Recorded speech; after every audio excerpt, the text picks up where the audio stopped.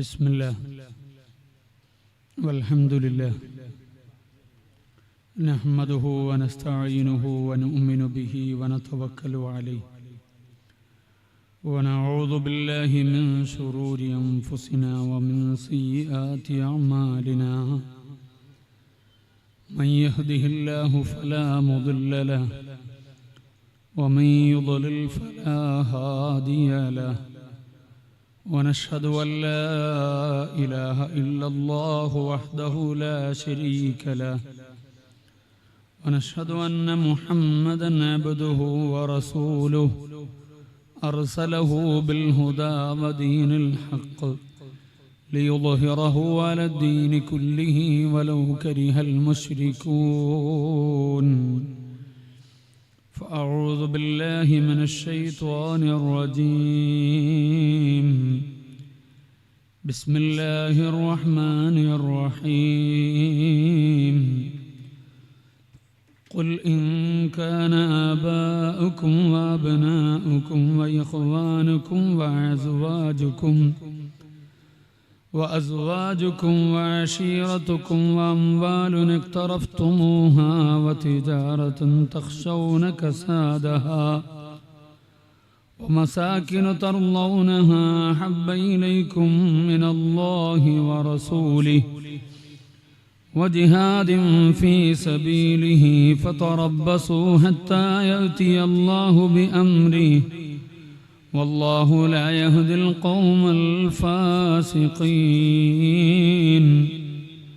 صدق الله العلي العظيم وصدق وبلغ رسوله النبي الكريم ونحن على ذلك من الشاهدين الشاكرين والحمد لله رب العالمين يا رحمة الله إني خائف وجلو يا نعمة الله إني مفلس آني وليس لي عمل ألقى العليم به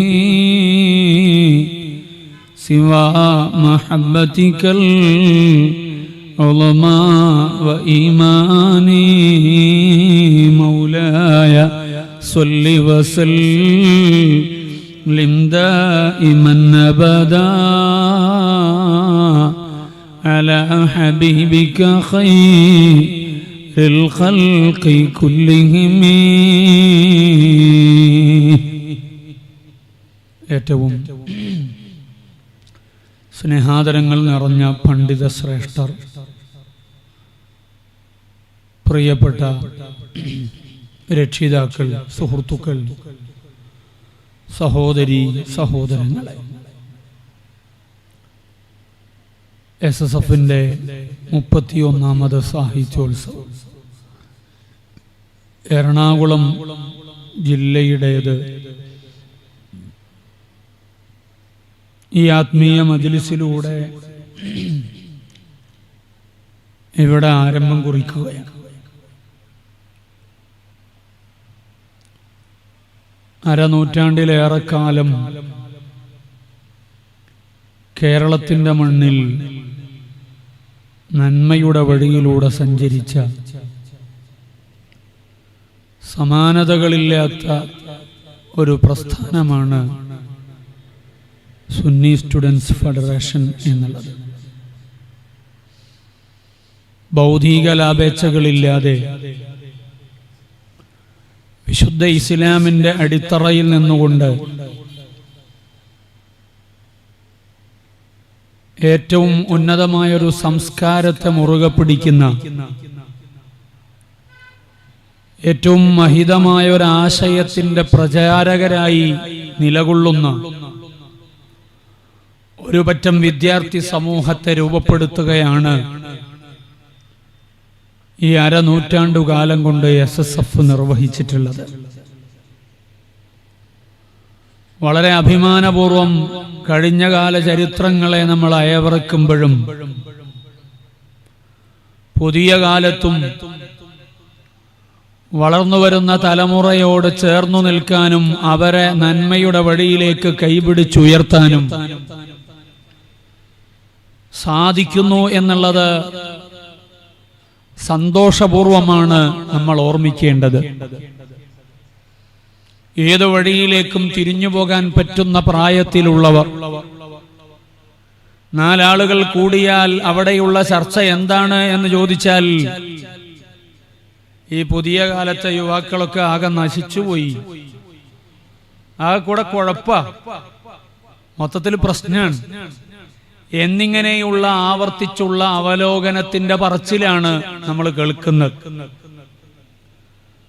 അധാർമികമായ വഴികളിലൂടെ സഞ്ചരിക്കുന്നതിന്റെ കാഴ്ചകൾ കണ്ടുമടുത്ത ആളുകൾ ആവർത്തിച്ചിങ്ങനെ പറയുമ്പോൾ ആ ആത്മരോദനം കേവലം ഈ അവലോകനങ്ങളിലായി മാത്രം അവശേഷിക്കുമ്പോൾ ഇത്തരമൊരു പരിതസ്ഥിതിയിൽ നിന്ന് ഇങ്ങനെയുള്ള കാര്യങ്ങളിലേക്ക് ചേർന്നു പോകുന്ന കൂട്ടുകാരെ കൈപിടിക്കാൻ ആരുണ്ട് എന്ന ചോദ്യത്തിന്റെ ഉത്തരം തിരയുമ്പോഴാണ്, അന്വേഷിക്കുമ്പോഴാണ് അവിടെ SSF എന്ന മൂന്നക്ഷരം തെളിയുന്നത്. നമ്മുടെ മക്കളെ കുറിച്ച് നമുക്ക് സ്വപ്നമുണ്ട്, ചില താല്പര്യങ്ങളുണ്ട്. ആ താല്പര്യങ്ങളെ മനസ്സിൽ താലോലിച്ചുകൊണ്ടാണോ ഏതൊരു രക്ഷിതാവും ഒരു പ്രിയപ്പെട്ട മകളെ വളർത്തിക്കൊണ്ടുപോകുന്നത്? ആ ലക്ഷ്യത്തിൽ ഏറ്റവും അടിസ്ഥാനപരമായി ഉണ്ടാകുന്നത് വിശ്വാസത്തിന്റെ സംരക്ഷണമാണ് ഒരു വിശ്വാസിയെ സംബന്ധിച്ചിടത്തോളം. രണ്ടാമതായി ഉണ്ടാകുന്നത് അവന്റെ ജീവിതത്തിന്റെ സംസ്കാരങ്ങളും പ്രവർത്തനങ്ങളും അത് വിശുദ്ധമായ മതത്തോട് ചേർന്നു നിന്ന് പോകുക എന്നത്. ഈ അടിസ്ഥാനപരമായ 2 ലക്ഷ്യങ്ങളുടെ സാക്ഷാത്കാരമുണ്ടായാൽ അതിന്റെ അപ്പുറത്താണ് ഒരു മുസ്ലിമിനെ സംബന്ധിച്ചിടത്തോളം ആ വിദ്യാർത്ഥിയുടെ വിദ്യാഭ്യാസത്തിന്റെ സ്വപ്നങ്ങളും ജീവിതത്തിന്റെ മുന്നോട്ടുപോക്കിലുള്ള അദ്ദേഹത്തിന്റെ ആ മകന്റെ അല്ലെങ്കിൽ മകളുടെ ജോലിയുമായി ബന്ധപ്പെട്ടുകൊണ്ടും മറ്റു കാര്യങ്ങളുമായി ബന്ധപ്പെട്ടുകൊണ്ടുമുള്ള എല്ലാ സ്വപ്നങ്ങളും അതിനുശേഷമുള്ളതാണ്. സെക്കൻഡ് പ്രയോറിറ്റിയാണ് അതിനുള്ളത്. ഒരു വിശ്വാസിയുടെ ചിന്ത അങ്ങനെയാകും. അങ്ങനെ ചിന്തിക്കുന്ന ഏതൊരു രക്ഷിതാവിന്റെയും മനസ്സിൽ പുതിയ കാലത്ത് ആകുലതകളുണ്ട്. ഞാൻ അവലോകനങ്ങളെ കുറിച്ച് പറഞ്ഞപ്പോ ആ പറച്ചിലുകൾ തെറ്റാണ് എന്നല്ല ഞാൻ പറഞ്ഞതിന്റെ ഉദ്ദേശം. പറച്ചിലുകളിൽ മാത്രമാണ് പലതും അവസാനിക്കുന്നത് എന്ന് പറയാനാണ് ഞാൻ അത് ഓർമ്മപ്പെടുത്തിയത്. ആ അഭിപ്രായങ്ങൾ പുതിയ കാലത്തിന്റെ ഗതിവിഗതികളെ നോക്കി വിലയിരുത്തിക്കൊണ്ടുള്ള പ്രതികരണങ്ങൾ തന്നെയാണ്. നവലിബറൽ ചിന്തയിലൂടെ മതത്തെ തന്നെ ത്യജിക്കാൻ മനസ്സുള്ളവരായി ഈ മതത്തിൽ ജനിച്ചു വളർന്ന ആളുകൾ, അത് ആൺകുട്ടികളാണെങ്കിലും പെൺകുട്ടികളാണെങ്കിലും ഒറ്റപ്പെട്ടുകൊണ്ടാണെങ്കിലും അതിവിശാലമല്ലെങ്കിലും അത്തരം കാഴ്ചകൾ കാണുമ്പോൾ ഹൃദയവേദനയാണുള്ളത്, മനം നൊന്ത് പിടയുകയാണ്. വിശുദ്ധരായ പ്രവാചകർ കാണിച്ചു തന്ന ശ്രേഷ്ഠമായ ഒരു ജീവിത വഴിയോടെ നിരാശം കാണിച്ച് താൽക്കാലികമായ ചില സുഖങ്ങൾക്ക് സൗകര്യങ്ങൾക്ക് വേണ്ടി മഹിതമായ മൂല്യവത്തായ കാര്യങ്ങളെ വലിച്ചെറിയുന്ന മനോതലം എന്ന് പറയുന്നത് എത്രമാത്രം അപകടകരമാണ് എന്ന് ഗൗരവത്തിൽ തന്നെ ആലോചിക്കേണ്ടതാണ്. ഇനി അതിന്റെയും അപ്പുറത്ത് മതത്തിനകത്തു തന്നെ നിൽക്കണമെന്ന് വിചാരിക്കുന്നവർ, തന്റെ വ്യക്തിപരമായ സ്വാതന്ത്ര്യമാണ് പ്രധാനമെന്ന് ആലോചിച്ച് അതിന് വിലങ്ങായി നിൽക്കുന്നവർ രക്ഷിതാക്കളാണെങ്കിൽ ആ രക്ഷിതാക്കളോടുള്ള കലിപ്പ്, അവരോടുള്ള വിരോധം. ഇനി അതല്ല, തനിക്ക് അറിവ് പകർന്നു തരുന്ന, ഏതർത്ഥത്തിലുമുള്ള അറിവ് പകർന്നു തരുന്ന ഗുരുവര്യന്മാരാണ്, അധ്യാപകന്മാരാണ് അതിന് തടസ്സം നിൽക്കുന്നതെങ്കിൽ അങ്ങനെ തടസ്സം നിൽക്കുന്നവരോടുള്ള വിരോധം. ഇനി അതിന്റെയും അപ്പുറത്ത് ഒരു ഗ്രാമ അന്തരീക്ഷത്തിൽ ജീവിച്ചു പോകുന്ന സാഹചര്യത്തിൽ കുറച്ചൊക്കെ നന്മ ആലോചിക്കുന്ന മുതിർന്ന ആളുകൾ, നാട്ടിലുള്ള കാരണവന്മാർ, ഒരു പ്രദേശത്തിന്റെ നേതൃത്വം, അവരാണ് തടസ്സമെങ്കിൽ അവരോടുള്ള വിരോധം.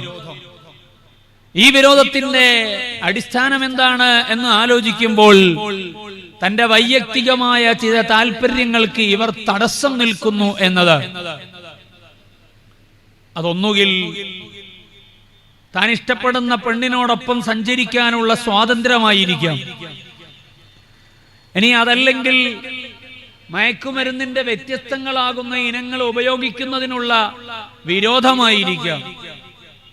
ഇനി അതുമല്ലെങ്കിൽ ആടിപ്പാടി തിമർത്ത് ഉന്മാദതത്തരായി ജീവിതത്തെക്കുറിച്ചുള്ള യാതൊരു കാഴ്ചപ്പാടുമില്ലാതെ ഇങ്ങനെ യാന്ത്രികമായി പോകുന്ന ആ ഒരു രീതിയോടുള്ള വിരോധം പ്രകടിപ്പിക്കുന്നതിന്റെ പ്രതിഷേധമായിരിക്കുക. ഇങ്ങനെ വ്യത്യസ്തങ്ങളായ കാര്യങ്ങളാണ് ഈ വളർന്നു വരുന്ന തലമുറയിൽ അവരെ ഉപദേശിക്കുന്ന ആളുകളോട് വിരോധമുണ്ടാക്കാൻ അല്ലെങ്കിൽ അത് ജനിപ്പിക്കുന്നതിന്റെ അടിസ്ഥാന കാരണം. നിങ്ങളൊന്ന് ആലോചിച്ചു നോക്കൂ. നന്മ വളർത്തിത്തരേണ്ട കലാലയങ്ങൾ ഇന്നത്തെ സഞ്ചാരം എങ്ങനെയാണ്? നമ്മുടെ വളർന്നു വരുന്ന തലമുറയെ കുറിച്ചാണല്ലോ ഇന്നത്തെ ആലോചന. നമ്മുടെയൊക്കെ വീട്ടിൽ വളർന്നുകൊണ്ടിരിക്കുന്ന നമ്മുടെ മക്കളെ കുറിച്ചാണല്ലോ നമ്മൾ ചിന്തിക്കേണ്ടത്. അങ്ങനെ ചിന്തിക്കുമ്പോ എന്റെ ശബ്ദം കേൾക്കുന്ന രക്ഷിതാക്കളിൽ എത്ര പേർ നിർഭയത്വത്തോടെ തങ്ങളുടെ മക്കളുടെ കാര്യത്തിൽ വിലയിരുത്തൽ നടത്തുന്നുണ്ട് എന്നത് വളരെ പ്രസക്തമാണ്. ദീർഘമായി വളരെ അടിസ്ഥാനപരമായും വളരെ ഗൗരവതലത്തിലും ആലോചിക്കേണ്ട ഒരു കാര്യമാണ്. അങ്ങനെ ആലോചിക്കുമ്പോ ഭൂരിപക്ഷം രക്ഷിതാക്കളും യഥാർത്ഥത്തിൽ പ്രതീക്ഷയുള്ളവരല്ല. ഞാൻ പല ആളുകളോടും സംസാരിക്കാറ്. അങ്ങനെ സംസാരിക്കുന്ന സമയത്ത് ഒരു നിർഭയത്വത്തോടെ എന്റെ മകൻ അല്ലെങ്കിൽ എന്റെ മകൾ അവള് മോശമാവില്ല അല്ലെങ്കിൽ അന്യായങ്ങളിലേക്ക് പോകില്ല എന്ന് ഉറച്ചു പറയാനുള്ള ധൈര്യം എത്ര ശതമാനം രക്ഷിതാക്കൾക്കുണ്ട് എന്ന് ചോദിച്ചാൽ വളരെ വിരളമാണ്.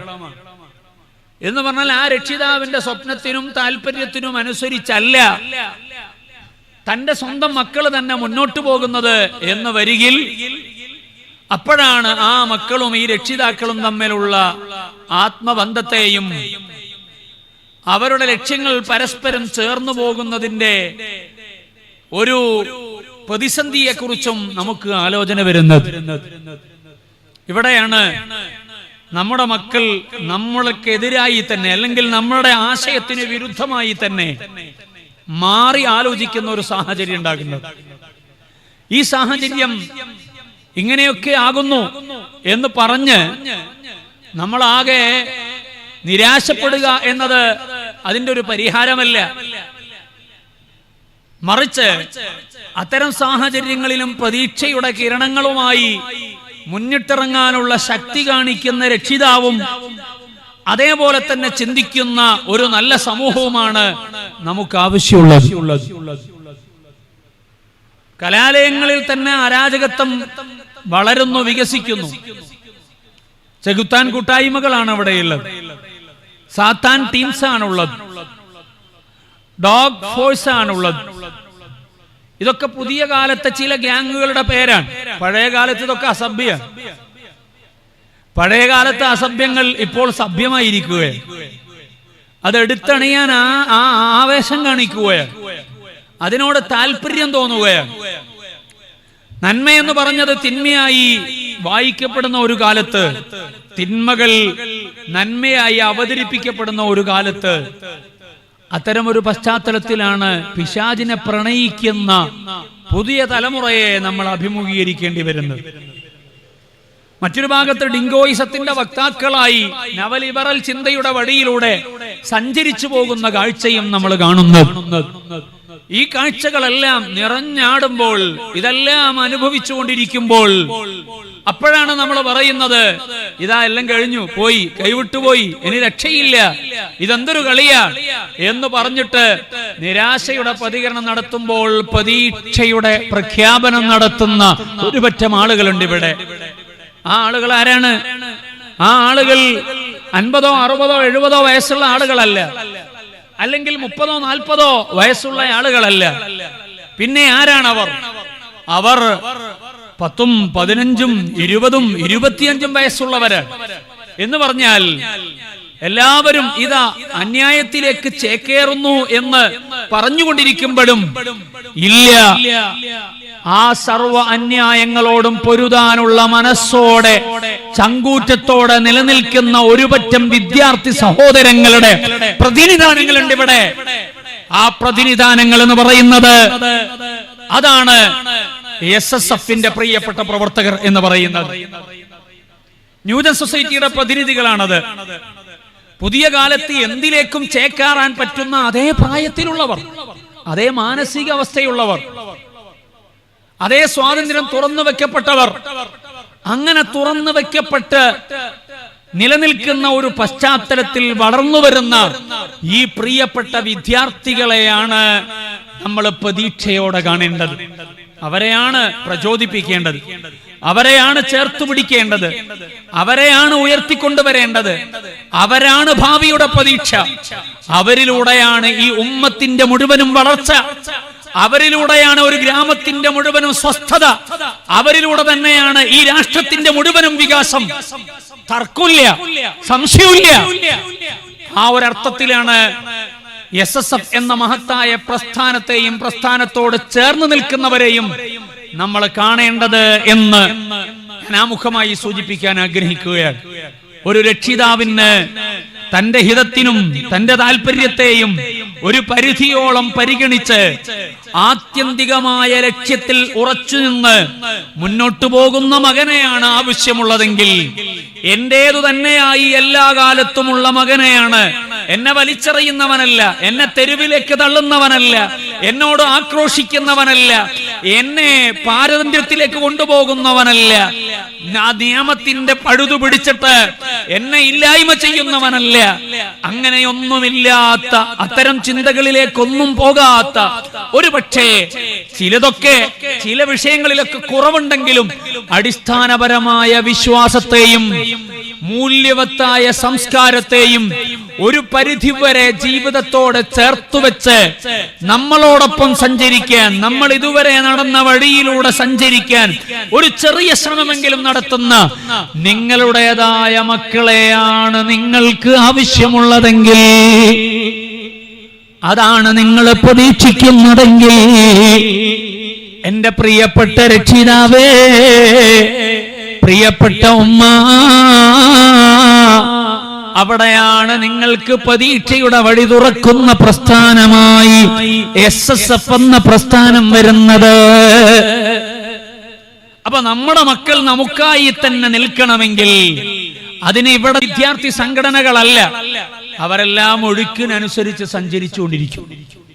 പഴയ കാലത്ത് ചില മൂല്യങ്ങളൊക്കെ കുറച്ചൊക്കെ പറഞ്ഞ ആളുകൾ, ചില വലിയ ആദർശപരമായ കാര്യങ്ങൾ പങ്കുവച്ച ആളുകൾ, അവരൊക്കെ ഇപ്പോൾ ഒഴുക്കിനനുസരിച്ച് സഞ്ചരിച്ചുകൊണ്ടിരിക്കുകയാണ്. അവര് പ്രേമത്തെക്കുറിച്ച്, കാമത്തെക്കുറിച്ച്, അതേപോലെ തന്നെ മനുഷ്യന്റെ വ്യത്യസ്തങ്ങളാകുന്ന വൈകാരികതകളെ കുറിച്ച്, തന്റെ ഈ പുതിയ കാലത്ത് നിലനിൽക്കുന്ന ചില ഹിതങ്ങളെ കുറിച്ച്, അതെല്ലാമാണ് ശരി എന്ന് പറയുന്നതിനെ കുറിച്ച് നിങ്ങള് ഈ കുടുംബത്തിന്റെ കെട്ടുപാടിൽ നിൽക്കേണ്ടവരല്ല. നിങ്ങൾ സമൂഹം സദാചാരം എന്ന് പറയുന്നതിനെ അങ്ങനെ അല്ല നിങ്ങൾ കാണേണ്ടത്. നിങ്ങളുടെ വ്യക്തിപരമായ സ്വാതന്ത്ര്യത്തിനനുസരിച്ച് മുന്നോട്ട് നയിക്കുന്ന ചിന്തയും അത്തരം ആശയങ്ങളും അത് ന്യായവൽക്കരിച്ചുകൊണ്ട് അവതരിപ്പിക്കുന്നവരായി പുതിയ കാലത്തെ ഏറെക്കുറെയുമുള്ള വിദ്യാർത്ഥി രാഷ്ട്രീയ പ്രസ്ഥാനങ്ങള് മാറിയിട്ടുണ്ട്. എല്ലാരും കണക്കാണ്, അങ്ങനെ മാറിയിട്ടുണ്ട്. അപ്പൊ അത്തരം ശബ്ദങ്ങളാണ് ക്യാമ്പസിൽ നിന്ന് കേൾക്കുന്നത്. അവർ വരച്ചു വെക്കുന്ന ചിത്രങ്ങൾ പണ്ട് കാലത്ത് ആഭാസം, കാണാൻ വയ്യ എന്ന് വിചാരിക്കുന്ന ചിത്രങ്ങൾ വരച്ചു വെക്കുന്നു. മഹാരാജാസിന്റെ മുന്നില്, അതേപോലെയുള്ള വ്യത്യസ്ത കലാലയത്തിന്റെ മുന്നില് വരച്ചു വെച്ച ചിത്രങ്ങള് ഫേസ്ബുക്കിൽ എടുത്ത് പോസ്റ്റ് ചെയ്യുന്നു. അങ്ങനെ പോസ്റ്റ് ചെയ്യപ്പെടുന്ന ചിത്രങ്ങൾ നമ്മുടെ കണ്ണുകൊണ്ട് പണ്ട് കാലത്തൊന്നും കാണാറില്ല. പക്ഷേ പുതിയ കാലത്ത് അത് ആവേശമാകുന്നു. അതാണ് അജണ്ട, അതാണ് ആശയം. ഈ അർത്ഥത്തിൽ യഥാർത്ഥത്തിൽ ധാർമ്മികമായ വഴികളിൽ നിന്ന് മനുഷ്യനെ പിന്തിരിപ്പിച്ചു കൊണ്ടുപോകാനുള്ള സർവാധി കുതന്ത്രങ്ങളും പ്രയോഗിച്ചുകൊണ്ടിരിക്കുന്ന ഒരു പരിതസ്ഥിതിയിലാണ് അത്തരം കലാലയത്തിന്റെ അന്തരീക്ഷത്തിൽ നന്മയ്ക്കു വേണ്ടി ശബ്ദിക്കാൻ ഒരു പറ്റം ആളുകൾ നിൽക്കുന്നത്. അൽഹംദുലില്ലാഹ്, അതത്ര വലിയ സന്തോഷമാണ്. എത്ര സംതൃപ്തമായ കാര്യങ്ങളാണ്. പ്രതീക്ഷയുണ്ട് രക്ഷിതാക്കളെ, ഉമ്മമാരെ, അസ്തമിച്ചിട്ടില്ല. ഈ കലുഷമായ അന്തരീക്ഷത്തിനിടയിൽ നിന്നുകൊണ്ട് ഒരു പറ്റം വിദ്യാർത്ഥികൾ വിളിക്കുന്നു ധാർമ്മിക വിപ്ലവം സിന്ദാബാദ് എന്ന്. അത് കേവലം ഒരു വിളിയല്ല, അവരെ പലരും വിളിക്കുന്നുണ്ട്. എന്തിലേക്കാ വിളിക്കുന്നത്? അതേ, ഒരു ഭാഗത്ത് മയക്കുമരുന്നിന്റെ വിതരണക്കാര് വിളിക്കുന്നുണ്ട്, കാശു തരാമെന്ന് പറയുന്നുണ്ട്, ആസ്വദിക്കാമെന്ന് പറയുന്നുണ്ട്. അപ്പോൾ അവിടെ വെച്ച് നോ പറയുന്ന മനസ്സില്ലയോ? ഇനിയോ തന്റെ കൂടെ പഠിക്കുന്ന അതേ പെൺകുട്ടികൾ ആഭാസകരമായ കാര്യത്തിനു വേണ്ടി വിളിക്കുമ്പോ എനിക്കൊരു നിലപാടുണ്ടെന്ന് പറഞ്ഞ് പരമാവധി പിടിച്ചു നിൽക്കാൻ ശ്രമിക്കുന്ന ഈ കൂട്ടുകാരില്ലയോ? അതേ, മൂല്യങ്ങൾക്ക് വിരുദ്ധമായ സംസാരങ്ങൾ ഉയർന്നു വരുമ്പോ അത് ചിലപ്പോൾ ഒറ്റപ്പെട്ട ശബ്ദമായിരിക്കാം ഒരു കലാലയത്തിന്റെ മുറ്റത്ത്, അല്ലെങ്കിൽ ന്യൂനപക്ഷത്തിന്റെ സംസാരങ്ങളായിരിക്കാം. ആ സംസാരത്തെ അഭിമാനപൂർവ്വം ഉറക്കെ പറയാൻ അത് ക്യാമ്പസിന്റെ ഓരത്തു നിന്നോ കവലയുടെ പരിസരത്തു നിന്നോ ആർജവത്തോടെ അതിനെക്കുറിച്ച് സംസാരിക്കാൻ കരുത്തു കാണിക്കുന്നവനില്ലയോ? ആ മക്കളെയാണ് നമ്മൾ പ്രതീക്ഷയോടെ കാണേണ്ടത്. എന്റെ ശബ്ദം കേൾക്കുന്ന SSFകാരില്ലേ, ഞാൻ സന്തോഷപൂർവ്വം പറയട്ടെ, നിങ്ങൾ നിർവഹിക്കുന്നത് ചെറിയ കാര്യങ്ങളല്ല. നിങ്ങൾ നിലകൊള്ളുന്ന ഒരാശയം അതും ചെറുതല്ല. നിങ്ങൾ നിർവഹിക്കുന്ന ദൗത്യമോ അതും നിസ്സാരമല്ല. അതിനെയൊന്നും ചെറുതായി കാണാനുള്ള നിവൃത്തിയില്ല. ഒരുപക്ഷെ നിങ്ങൾ ആത്മീയതയുടെ ഔന്നിത്യത്തിലേക്ക് എത്തിപ്പെട്ടിട്ടുണ്ടാവില്ല, പ്രാഥമികമായ തലത്തിലായിരിക്കാം. ശരി, നിങ്ങൾ അവിടെ നിൽക്കൂ, അങ്ങനെ സാവകാശം വളരൂ. ആ നിൽപ്പുണ്ടല്ലോ, ഏതു കാലത്തുള്ള നിൽപ്പാണ്. ആ നിലപാടുണ്ടല്ലോ, അതേതു കാലത്തുള്ള നിലപാടാണ്. അത് കാലം, അതേ, ഈ കാലഘട്ടത്തിലെ സമൂഹം മോശമായ സന്ദർഭത്തിലുള്ള നിലപാടാണ്. ആ കാലത്തെക്കുറിച്ചാണ് 14 നൂറ്റാണ്ടുകൾക്ക് മുമ്പ് പരിശുദ്ധരായ പ്രവാചകര് പറഞ്ഞു വെച്ചത്. തീക്കട്ട കയ്യിലിട്ടു തന്നാൽ പിടിക്കുമോ? അത് കയ്യിൽ വെച്ചേക്കുമോ? കുതറി മാറുമോ? വലിച്ചെറിയുമോ? താഴേക്കിടുമോ? അതേ, സ്വാഭാവികമായും കയ്യിൽ നിന്ന് ഉപേക്ഷിക്കാനാണ് ശ്രമിക്കുക. എന്നാൽ ഒരു കാലം വരും, ആ കാലത്തിന്റെ ഗതി എന്താണ്? അന്ന് ഇസ്ലാമിൽ ഉറച്ചു നിൽക്കുന്നവർ, എന്റെ വിശ്വാസം ഇസ്ലാമിന്റേതാകണം, അതിലണിയുടെ അതേ ചെറിയൊരു തലത്തിലെങ്കിലും വ്യതിചലനം പറ്റൂല എന്ന് പറയുന്ന മനസ്സുള്ളവരില്ലേ? അതേ, വിശുദ്ധരായ പ്രവാചകര് പഠിപ്പിച്ച സുന്ദരമായ സംസ്കാരങ്ങളില്ലയോ? ആ സംസ്കാരങ്ങളെ ആവുന്നിടത്തോളം ചേർത്തു വയ്ക്കാൻ ശ്രമിക്കുന്നവരില്ലയോ? അത്തരക്കാർ അതിനെ മുറുകെ പിടിക്കുമ്പോ ഒരു തീക്കട്ട കയ്യിലിട്ടു തന്നതുപോലെയാണ്. ഇത് തെറിപ്പിച്ചു കളയാനാണ് ശ്രമിക്കുന്നത്, ഇത് വലിച്ചെറിയാനാണ് തോന്നുന്നത്. അതേ, തന്റെ സഹപാഠികൾ പരിഹസിക്കുന്നുണ്ട്. നിങ്ങൾക്ക് ലോകം തിരിഞ്ഞില്ലേ എന്ന് ചോദിക്കുന്നുണ്ട്. നിങ്ങൾ ഏത് ലോകത്താ ജീവിക്കുന്നത് എന്ന അഭിപ്രായങ്ങളുണ്ട്. അതേ, പരിഹാസത്തിന്റെ വ്യത്യസ്ത ഡയലോഗുകളുണ്ട്. അത് കേൾക്കുമ്പോൾ അതേ മനസ്സൊന്ന് തകർന്നു പോകാനുള്ള സാധ്യതയുണ്ട്. ഇനി അതുമല്ലെങ്കിലോ അവരുടെ ഹിതത്തിനനുസരിച്ച് വരുന്നില്ല എന്ന് വരുമ്പോ ഒറ്റപ്പെടുത്താനുള്ള ശ്രമങ്ങൾ ഉണ്ടാകാം. ഇതെല്ലാം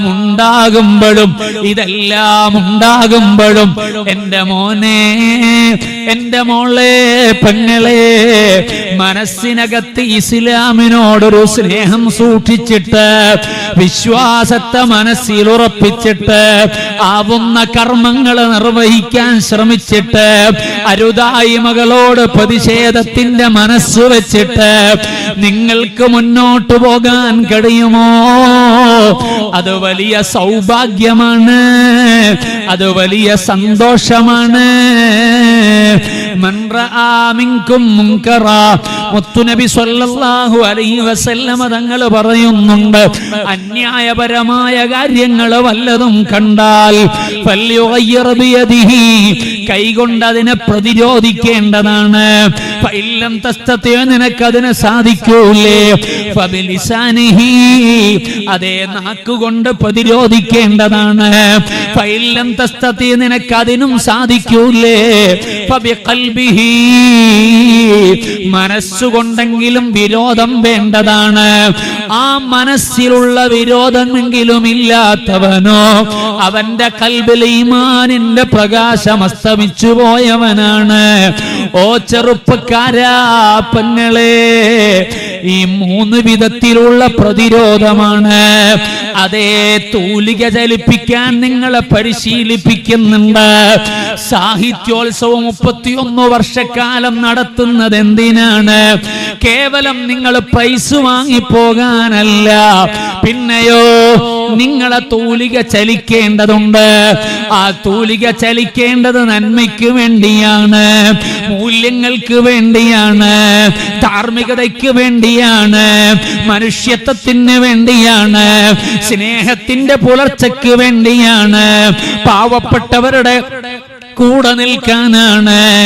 ഇങ്ങനെ തുടങ്ങിയിട്ടുള്ള മൂല്യവത്തായ വിചാരങ്ങൾ മനസ്സിൽ സൂക്ഷിച്ചുകൊണ്ട് കൈത്തലങ്ങളെ ചലിപ്പിച്ച് പേനയിൽ നിന്ന് അക്ഷരങ്ങളെ നിർഗലിക്കുമ്പോ ആ അക്ഷരങ്ങൾ ആയുധങ്ങളാണ്, ആ അക്ഷരങ്ങൾ മൂർച്ചയുള്ളതാണ്, അക്ഷരങ്ങൾ വിപ്ലവത്തിന് കരുത്തുള്ള വല്ലാത്ത വിസ്ഫോടനമുണ്ടാക്കുന്ന കാര്യങ്ങളാണ്.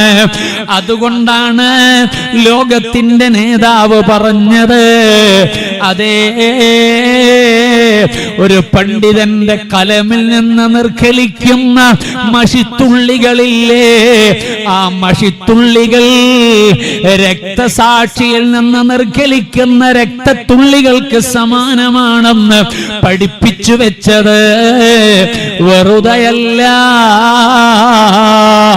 അതേ, നിങ്ങളെ പ്രബന്ധം എഴുതാനല്ലേ നിങ്ങളെ മത്സരത്തിന് വിളിക്കുന്നത്, കവിത എഴുതാനല്ലേ വിളിക്കുന്നത്, കഥ എഴുതാനല്ലേ വിളിക്കുന്നത്, അതേ ചില ചിത്രങ്ങൾ വരയ്ക്കാനല്ലേ വിളിക്കുന്നത്, ചില ആശയങ്ങൾ പ്രസരിപ്പിക്കാനുള്ള ആ വാചകങ്ങൾ എഴുതാനല്ലേ വിളിക്കുന്നത്.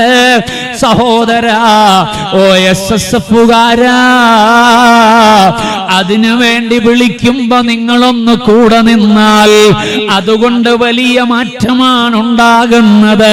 കേവലം ഒരു മത്സരം കൊണ്ട് അവസാനിക്കേണ്ടതല്ല, നിങ്ങളെ കഴിവുകളെ തിരിച്ചറിയാനാണിത്.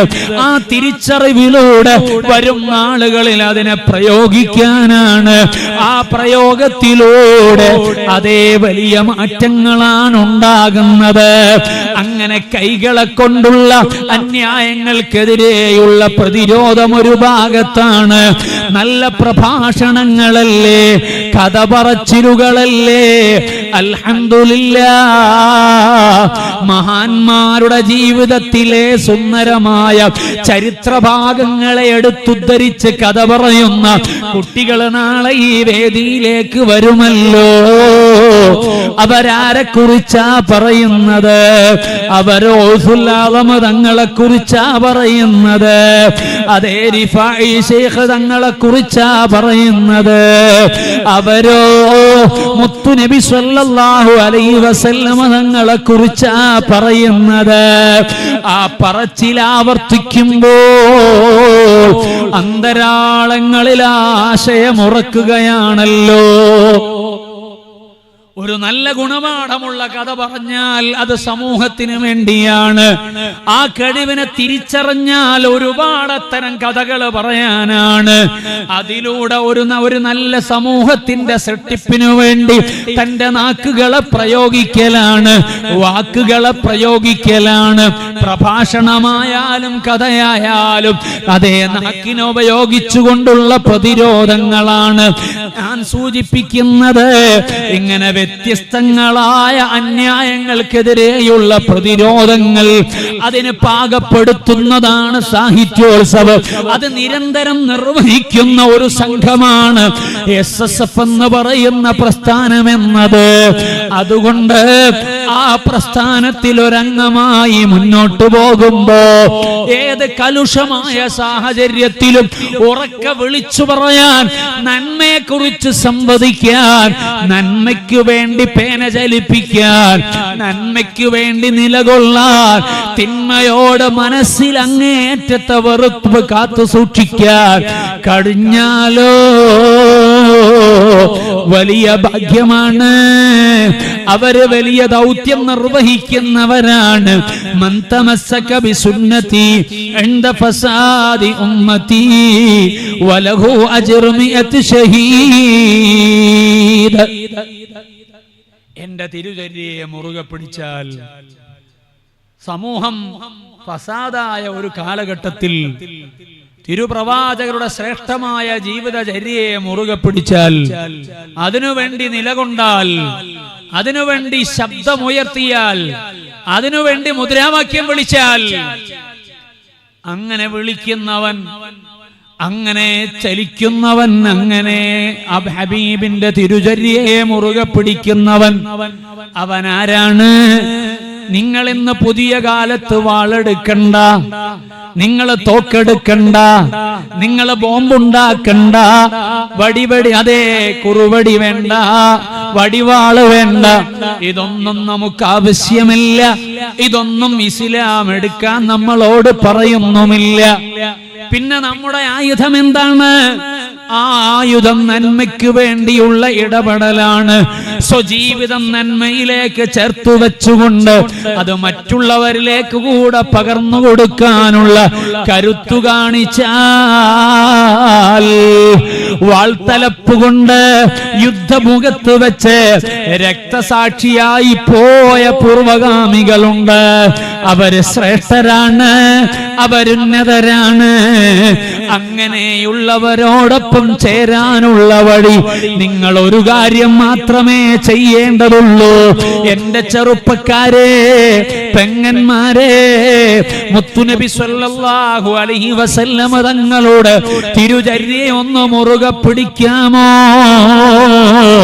വലഹു അജ്റു മിഅത്തു ഷഹീദ്. 100 രക്തസാക്ഷികളുടെ പ്രതിഫലമുണ്ടെന്ന് സയ്യിദുൽ വറാ മുഹമ്മദുർ റസൂലുള്ളാഹി സ്വല്ലല്ലാഹു അലൈഹി വസല്ലം തങ്ങളെ പഠിപ്പിക്കുക. അപ്പോ നമ്മുടെ മനസ്സാന്തരങ്ങളിൽ ആ ഒരു ചിന്തയും ആ ഒരു വികാരവും ഉണ്ടാകുക. അങ്ങനെയാകുമ്പോൾ വളർന്നു വരുന്ന തലമുറ പ്രതീക്ഷയുള്ളവരായി മാറും. ആ പ്രതീക്ഷക്കനുസരിച്ച്, നമ്മുടെ മനസ്സിന്റെ താല്പര്യത്തിനനുസരിച്ച് പുതിയ തലമുറയെ വളർത്തിയെടുക്കണം. അങ്ങനെ വളർത്തിയെടുക്കാനാണ് സാഹിത്യോത്സവം നടത്തുന്നത്, ഈ സംഘടന പ്രവർത്തിക്കുന്നത്. ഓ എന്റെ രക്ഷിതാക്കളെ, ഉമ്മമാരെ, മക്കളെ ഒന്ന് ഈ പ്രസ്ഥാനത്തിന്റെ കൂടെ നിർത്താനാ ശ്രമിക്കേണ്ടത്. എന്നാൽ അവരെ കൊണ്ട് നമുക്ക് ഉപകാരമുണ്ടാകും, നന്മയുണ്ടാകും. നമ്മുടെ മാറത്ത് ചവിട്ടുന്നവരാവില്ല, നമ്മളെ മുഖത്തു നോക്കി ചീത്ത പറയുന്നവരാകില്ല. മറിച്ചോ ഒന്ന് ചെറിയൊരു അതപെങ്കിലും കാണിച്ചു പ്രതികരിക്കുന്ന മനസ്സുണ്ടാകുമല്ലോ. ആ മനസ്സാണ് ഉണ്ടാകേണ്ടത്. ആ മനസ്സുള്ള മക്കളായി മാറാൻ ഈ പ്രസ്ഥാനത്തിന്റെ കൂടെ നമ്മൾ നിർത്തണമെന്ന് ഞാൻ ഓർമ്മപ്പെടുത്തുകയാണ്. പുതിയ കാലത്ത് എന്റെ ചെറുപ്പക്കാരെ, നമ്മുടെ കൽബ് ഈ ഒരു ചിന്തയിലേക്ക് വരണമല്ലോ, ഈ ഒരു ആലോചനയിലേക്ക് വരണമല്ലോ. ഇത് സഫർ മാസത്തിന്റെ അവസാനത്തിലെത്തിയല്ലോ. പുണ്യപ്രവാചകരുടെ ശ്രേഷ്ഠമായ ജന്മത്തിന് സാക്ഷിയായ റബീഉൽ അവ്വലിലേക്ക് വരികയാണല്ലോ. ഈ സമയത്തെ മുൻനിർത്തി ഞാൻ പറയട്ടെ, മനസ്സു നന്നായി വലിയൊരു ലക്ഷ്യത്തിലേക്ക് ചേർന്നു നിൽക്കാൻ ഏറ്റവും വികാരമുണ്ടാകാനും ആ ചിന്ത മനസ്സിലേക്ക് വരാനുമുള്ള ഏറ്റവും വലിയ ആയുധം എന്താണ്? അത് മഹബ്ബത്തു റസൂലില്ലാഹ്, മുത്തുനബി സല്ലല്ലാഹു അലൈഹി വസല്ലമ തങ്ങളോടുള്ള അനുരാഗമാണ്, സ്നേഹമാണ്. അതുകൊണ്ടല്ലേ മഹാന്മാര് പറഞ്ഞല്ലോ, വളർന്നു വരുന്ന നമ്മുടെ മക്കളില്ലേ, ആ മക്കള് നന്നായി വരാൻ, നല്ല ചിന്ത അവരുടെ മനസ്സിലുണ്ടാകാൻ, മതകീയ ചുറ്റുവട്ടത്തിലാകാൻ നിങ്ങൾ എന്താണ് ചെയ്യേണ്ടത്? അല്ലിമു ഔലാദക്കും മഹബ്ബത റസൂലില്ലാഹ്. നമ്മുടെ മക്കള് നമ്മളാകണമല്ലോ, നമ്മുടേതാകണമല്ലോ. ദുനിയാവിലും അങ്ങനെയാകണമല്ലോ, ആഖിറത്തിലും അങ്ങനെയാകണമല്ലോ. ഒരു പരിധി വരെയല്ലേ നമുക്ക് സ്വസ്ഥമായി സ്വന്തമായി കാര്യം ചെയ്യാൻ പറ്റൂ. ആ സമയത്ത് പിതാവിനെ ഒന്ന് ആശ്വസിപ്പിക്കാൻ, മാതാവിന്റെ കൈയൊന്ന് പിടിക്കാൻ, മുതിർന്നവരെ ഒന്ന് അവരെ ഒന്ന് പരിഗണിക്കാൻ, അവരോട് സ്നേഹമൊന്ന് കാണിക്കാൻ ഈ മകനൊന്ന് പാകപ്പെടണ്ടേ, മകളൊന്ന് പാകപ്പെടണ്ടേ. അങ്ങനെ പാകപ്പെടുന്ന മനസ്സ് വേണോ വാപ്പാ ഉമ്മ? നമ്മുടെ മക്കൾക്ക് മുത്തുനബി സല്ലല്ലാഹു അലൈഹി വസല്ലമ തങ്ങളെ കുറിച്ച് പഠിപ്പിക്കണം കേട്ടോ.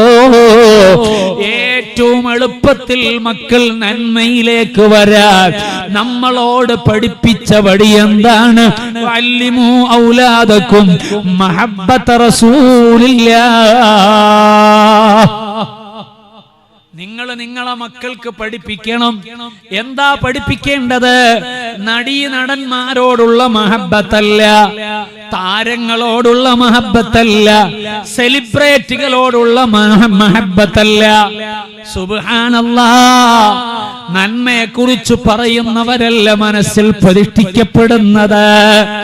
അതേ ബ്ലോഗേഴ്സിനോട് അതേ ആരാധനയാണ്. തോന്നിവാസങ്ങൾ പറയുന്നവർ, ആ പറയുന്നവരാണ് ഇന്ന് മാതൃകയായി കാണുന്നത്.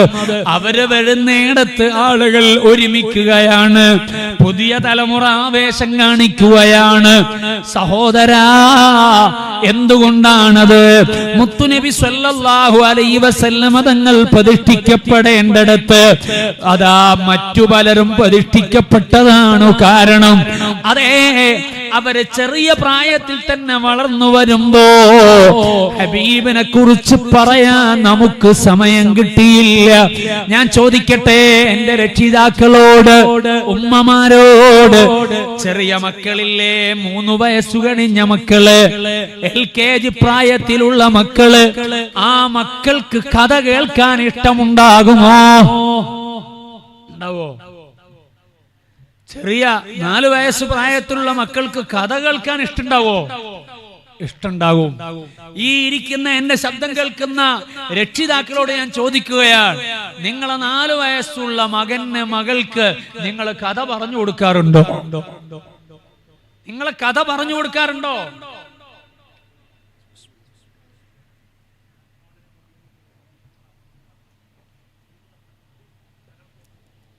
കഥ പറഞ്ഞു കൊടുക്കാൻ നമുക്ക് എവിടെ നേരം? കഥ പറഞ്ഞു കൊടുക്കാൻ നമുക്ക് എവിടെ നേരം? നമുക്ക് നേരില്ല, നമുക്ക് സമയമില്ല. അതിന് പകരം നമ്മൾ എന്താ ചെയ്യുന്നത്? നമ്മൾ മൊബൈൽ കൈ കൊടുക്കുകയാണ് ചെയ്യുന്നത്. അപ്പൊ അവർ ഇഷ്ടമുള്ള കഥ കേൾക്കും, അതാണ് കാണുന്നത്. എന്നാൽ ആ മൊബൈലിലെങ്കിലും കൃത്യമായി ചില ഭാഗങ്ങളെ നല്ല അവർ കേൾക്കേണ്ടതായ കഥകളെ കേൾപ്പിക്കാൻ പോലും നമുക്ക് ശ്രദ്ധയില്ല. ഞാനിത് എന്തിനാണ് സൂചിപ്പിക്കുന്നത്?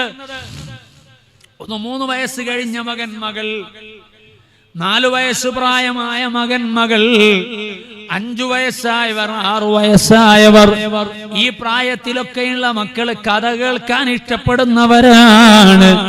ഞാനൊന്ന് ചോദിച്ചോട്ടെ, ഇനി ഈ റബീഉൽ അവ്വൽ വരുന്ന ദിവസങ്ങൾക്ക് മുമ്പ് ഇനിയുള്ള ദിനരാത്രങ്ങളിലെങ്കിലും ആ പ്രിയപ്പെട്ട മകനോടൊപ്പം ചേർന്നു നമ്മൾ കിടക്കുമ്പോ ആ മകളൊരു കഥ പറഞ്ഞു തരണമെന്ന് പറയുമ്പോ മുത്തുനബി സ്വല്ലല്ലാഹു അലൈഹി വസല്ലം തങ്ങളെ കുറിച്ചൊരു കഥ പറഞ്ഞു കൊടുക്കാൻ വാപ്പാ നിങ്ങൾക്ക് കഴിയുമോ?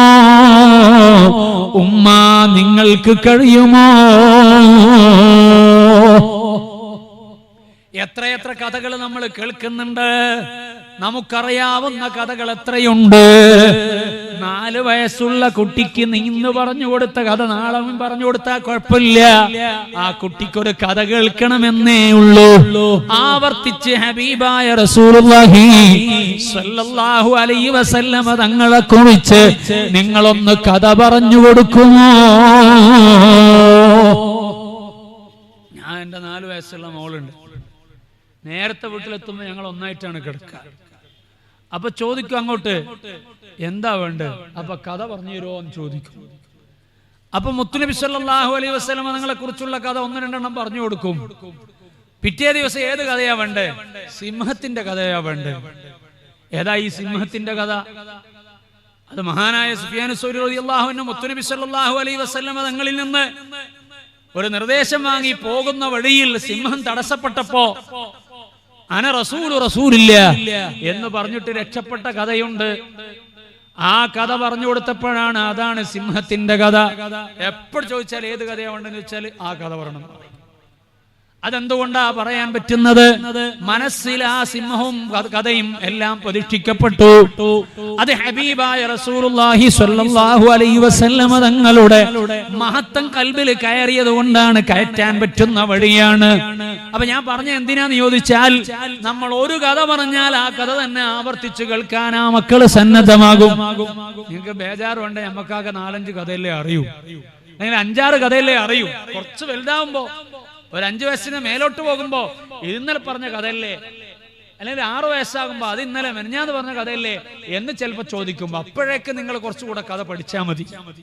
അപ്പൊ നമുക്ക് കൂടെ മുത്തുനബി സല്ലല്ലാഹു അലൈഹി വസല്ലം തങ്ങളെ കുറിച്ച് കൂടുതൽ പഠിക്കാൻ പറ്റുമല്ലോ. അതൊരു ഉപകാരമാണല്ലോ. അതേസമയം ഈ 3, 4, 5 വയസ്സ് വരെയുള്ള മക്കൾ ആവർത്തിച്ച് നിങ്ങളൊരു കഥ പറഞ്ഞു കൊടുത്താലും അവർ ശ്രദ്ധയോടെ കേൾക്കും. ആ കഥ കേട്ടവർ ഉറങ്ങും.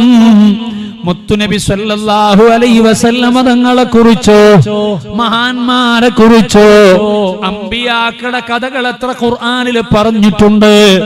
ആ ഖുർആനിൽ പറഞ്ഞ അമ്പിയാക്കളുടെ കഥയെ കുറിച്ചോ നമ്മൾ ആ മക്കൾക്ക് പറഞ്ഞു കൊടുത്തിട്ട് അത് കേട്ടെന്നുറങ്ങിയാൽ ആ ഉറക്കിൽ റഹ്മത്തിന്റെ മലായിക്കത്തുകൾ ആ മക്കളിലേക്ക് വരൂലേ, അവരെ പൊതിയൂലേ. ആ മഹാന്മാരുടെ ഒരു കാവല് ആ മക്കൾക്ക് ലഭിക്കൂലേ. ഞാൻ ഇതെന്തിനാ സൂചിപ്പിച്ചത്? അല്ലിമു ഔലാദക്കും മഹബ്ബത്ത് റസൂലില്ലാഹ്.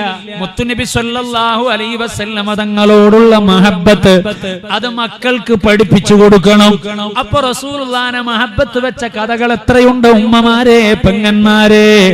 ആ കഥകൾ നമ്മൾ എങ്ങൊന്നും യൂട്യൂബിൽ ഒന്ന് കേട്ടിട്ട് വെറുതെ എന്തോ കുറെ എന്താണ് അടുക്കളയിലെ വിഭവങ്ങൾ ഉണ്ടാക്കുന്ന ഇങ്ങനെ കേൾക്കും. അതിങ്ങനെ കേട്ടുപോന്നല്ലാതെ എത്ര ദിവസം നമുക്ക് ഉണ്ടാക്കാൻ പറ്റും? അതാണ് ഇപ്പോഴത്തെ ഒരുപാട് ബ്ലോഗേഴ്സ് ആണ് അങ്ങനെയുള്ളത്. ഒരു ഉപകാരവും ഇല്ലാത്ത കുറെ സംഗതികൾ.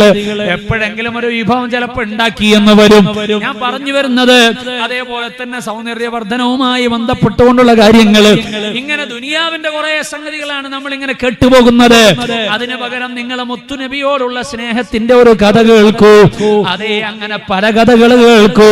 നിങ്ങൾ കേട്ടിട്ട് നിങ്ങളെ മകനും മകൾക്കും ഒന്ന് പറഞ്ഞു കൊടുത്താൽ ആ മകന്റെ കൽബിലെ ഹബീബിനെ കുറിച്ച് മഹബ്ബത്ത് ഉണ്ടാവില്ലേ? മകളെ കൽബിലെ മുത്തുനബി സ്വല്ലല്ലാഹു അലൈഹി വസല്ലം തങ്ങളെ കുറിച്ചുള്ള മഹബ്ബത്ത് വർദ്ധിക്കൂലേ? മഹബ്ബത്ത് വർദ്ധിപ്പിക്കേണ്ടത് ചെറിയ പ്രായത്തിലാണ്. നമുക്ക് നമ്മുടെ മക്കളെ പിടിച്ചാൽ കിട്ടുന്നില്ല. എന്തുകൊണ്ടാ കിട്ടാത്തത്? മക്കളെ കുഴപ്പമില്ല, നമ്മളെ കുഴപ്പമില്ല. നമ്മൾ എപ്പോഴാ പിടിക്കാൻ തീരുമാനിച്ചത്? 10ാം ക്ലാസ്സിലെത്തിയപ്പോഴാ, അല്ലെങ്കിൽ 11ാം ക്ലാസ്സിലെത്തിയപ്പോഴാ. അതുവരെ കുട്ടിയാണല്ലോ എന്ന് വിചാരിച്ച് നമ്മൾ പലതും ഇങ്ങനെ വിട്ടതാ, പല സ്വാതന്ത്ര്യം കൊടുത്തതാണ്.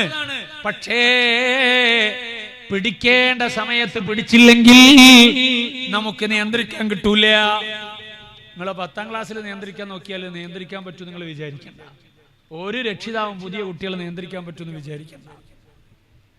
അല്ലെങ്കിൽ 11ാം ക്ലാസ്സിലെത്തുമ്പോ നിയന്ത്രിക്കാൻ പറ്റുമെന്ന് വിചാരിക്കേണ്ട. പോകട്ടെ, 8ാം ക്ലാസ്സിൽ എത്തുന്ന മകനെയും മകളെയും പുതിയ കാലത്ത് നിങ്ങൾ ഉദ്ദേശിച്ച രൂപത്തിൽ വളക്കാൻ അല്ലെങ്കിൽ ഉദ്ദേശിച്ച റൂട്ടിലേക്ക് കൊണ്ടുവരാൻ കഴിയും എന്ന് വിചാരിക്കണ്ട. കുട്ടികൾ അതിനു മുമ്പ് ഒരുപാട് കാര്യങ്ങൾ പഠിച്ചു പോകുന്നുണ്ട്. കുറച്ചുകൂടെ പക്വമതികളാണ്. വീട്ടിലിരിക്കുമ്പോ ചെറിയ മക്കളുടെ ഡയലോഗുകൾ ശ്രദ്ധിച്ചാൽ മതി. എത്രമാത്രം നമ്മളൊക്കെ കുറച്ച് മുതിർന്ന സമയത്ത് പറയുന്ന വാചകങ്ങൾ ചെറിയ 6ഉം 5ഉം വയസ്സുള്ള മക്കൾ ഇങ്ങനെ നമ്മളോട് ഡയലോഗ് അടിക്കുകയാണ് എന്നതിന്റെ അർത്ഥം എന്താണ്? അവരുടെ ആലോചനകൾ അതിനനുസരിച്ച് വികസിക്കുന്നുണ്ട് എന്നാണ്. അവരുടെ ചിന്തകൾ അതിനനുസരിച്ച് വികസിക്കുന്നു എന്നതാണ്. ആ അർത്ഥത്തിൽ അവർ പക്വമതികളായി നേരത്തെ തന്നെ കാര്യങ്ങളെ കുറിച്ച് ആലോചിക്കുന്നിടത്തേക്ക് വരികയാണ്. അങ്ങനെയാണ് അവരുടെ ചിന്ത പോകുന്നത്. അപ്പൊ വളരെ ചെറിയ തലത്തിൽ നിന്ന് തന്നെ അവരെ ബ്രെയിൻ വാഷ് ചെയ്യണം, അവരെ നമ്മൾ ഉദ്ദേശിക്കുന്ന രീതിയിലേക്ക് കൊണ്ടുവരണം. അത് നിങ്ങളൊരു 13 വയസ്സെത്തിയാൽ നടക്കൂല. 15 വയസ്സല്ലേ ബുലൂഗാകാനുള്ള സമയം, അതിനുശേഷം നോക്കാമെന്ന് വിചാരിച്ചാലും നടക്കൂല. അപ്പൊ നമ്മളിൽ നിന്ന് അവര് വിട്ടുപോയിട്ടുണ്ടാകും. നമ്മളൊക്കെ വിട്ടിട്ട് അവർ വേറെ സ്ഥലത്തെത്തിയിട്ടുണ്ടാകും. അവർക്ക് വേറെ ആളുകൾ, വേറെ ഫ്രണ്ട്സ്, ഗ്യാങ്ങുകൾ, വ്യത്യസ്തങ്ങളാകുന്ന ടീമുകൾ, അവരിഷ്ടപ്പെടുന്ന ചില സെലിബ്രിറ്റികൾ, ഇതൊക്കെ ആയി മനസ്സിൽ പ്രതിഷ്ഠിക്കപ്പെട്ട് കഴിഞ്ഞിട്ടുണ്ടാകും. പിന്നെ അവിടെ നടത്തം അതിനനുസരിച്ചാണ്, വാക്കുകൾ അതിനനുസരിച്ചാണ്, ജീവിതം അതിനനുസരിച്ചാണ്. ആ നിലക്ക് മാറ്റം ചെയ്തു പോയ മനസ്സിലേക്ക് പിന്നെ നമ്മൾ ഉദ്ദേശിക്കുന്ന വഴിയെ കൊണ്ടുവരാൻ വലിയ പ്രയാസമാണ്. അതുകൊണ്ടാണ് മുത്തുനബി സല്ലല്ലാഹു അലൈഹി വസല്ലമ തങ്ങൾ പറഞ്ഞത്, നിങ്ങളെ മക്കളെ എങ്ങനെയാണ് അവരിൽ നല്ല ശീലമുണ്ടാക്കേണ്ടത്? 7 വയസ്സ് മുതലെങ്കിലും അത് ആരംഭിക്കേണ്ടതാണ്. 10 വയസ്സായാൽ അതൊന്ന് ജാഗ്രതയാകേണ്ടതാണ്. അതുകൊണ്ടാണ് 7 വയസ്സാകുമ്പോൾ നിസ്കരിക്കാൻ വേണ്ടി കൽപ്പിക്കാൻ പറഞ്ഞത്. എന്ന് പറഞ്ഞാൽ 2ാം ക്ലാസ് പഠിക്കുന്ന സമയം. ഓൻ ഫാത്തിഹ തന്നെ പഠിച്ച് പൂർത്തിയായിട്ടില്ല അല്ലെ? 2ാം ക്ലാസ്സിലാണ് ഖുർആൻ പഠിച്ചു തുടങ്ങുന്നത്.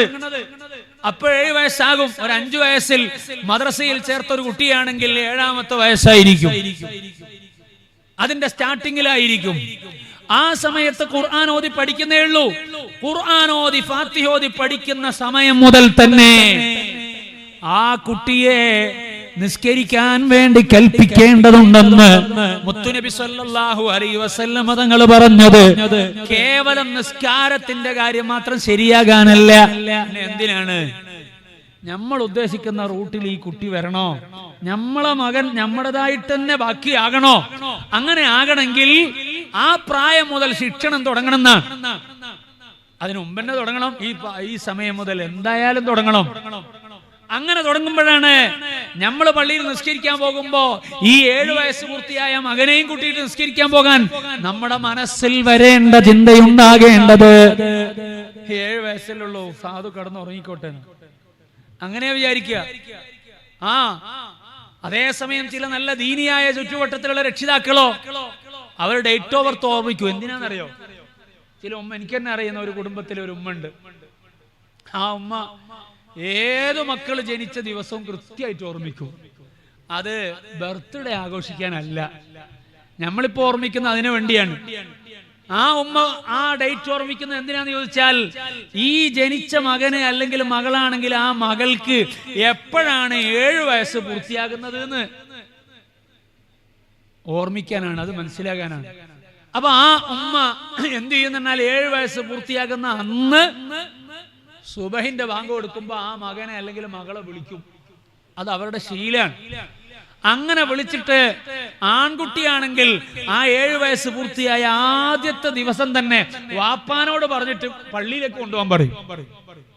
അങ്ങനെ ആലോചിച്ച് ഡേറ്റ് ഓർമ്മിച്ച് 7 വയസ്സ് പൂർത്തിയാകുന്നതിനെ കുറിച്ച് ചിന്തിച്ചിട്ട് ശിക്ഷണം തുടങ്ങുന്ന രക്ഷിതാക്കളുണ്ട്. ഇന്നും ആ ഉമ്മ ഹയാത്തിലുണ്ട്, എനിക്ക് അറിയുന്ന ഉമ്മ. അതാണ് ശിക്ഷണം എന്ന് പറയുന്നത്.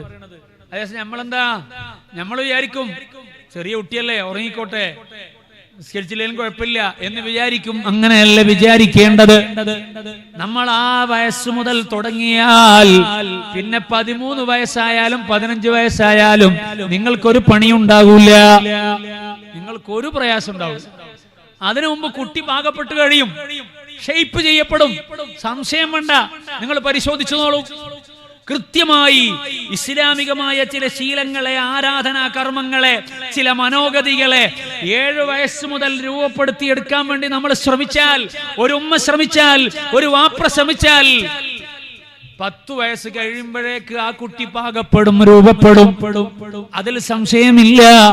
അങ്ങനെ രൂപപ്പെടാൻ പറ്റുന്ന അന്തരീക്ഷം നമ്മുടെ ഗൃഹത്തെ, നമ്മുടെ വീട്ടിലുണ്ടാകണം. നമ്മളെ മക്കളുമായി ഇടപഴകുമ്പോഴും ഉണ്ടാകണം.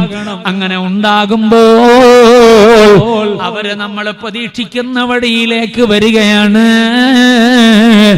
അതെ, ഞാൻ അതുകൊണ്ടാ പറഞ്ഞത്, ഒരു 4-ാം വയസ്സ് മുതൽ മുത്തുനബിയെ കുറിച്ച് കഥ പറഞ്ഞു കൊടുക്കുക, ആ കഥ പറച്ചിൽ തുടരുക. അങ്ങനെ തുടർന്നാൽ ഹബീബിനോട് മഹബത്ത് ഉണ്ടാകും.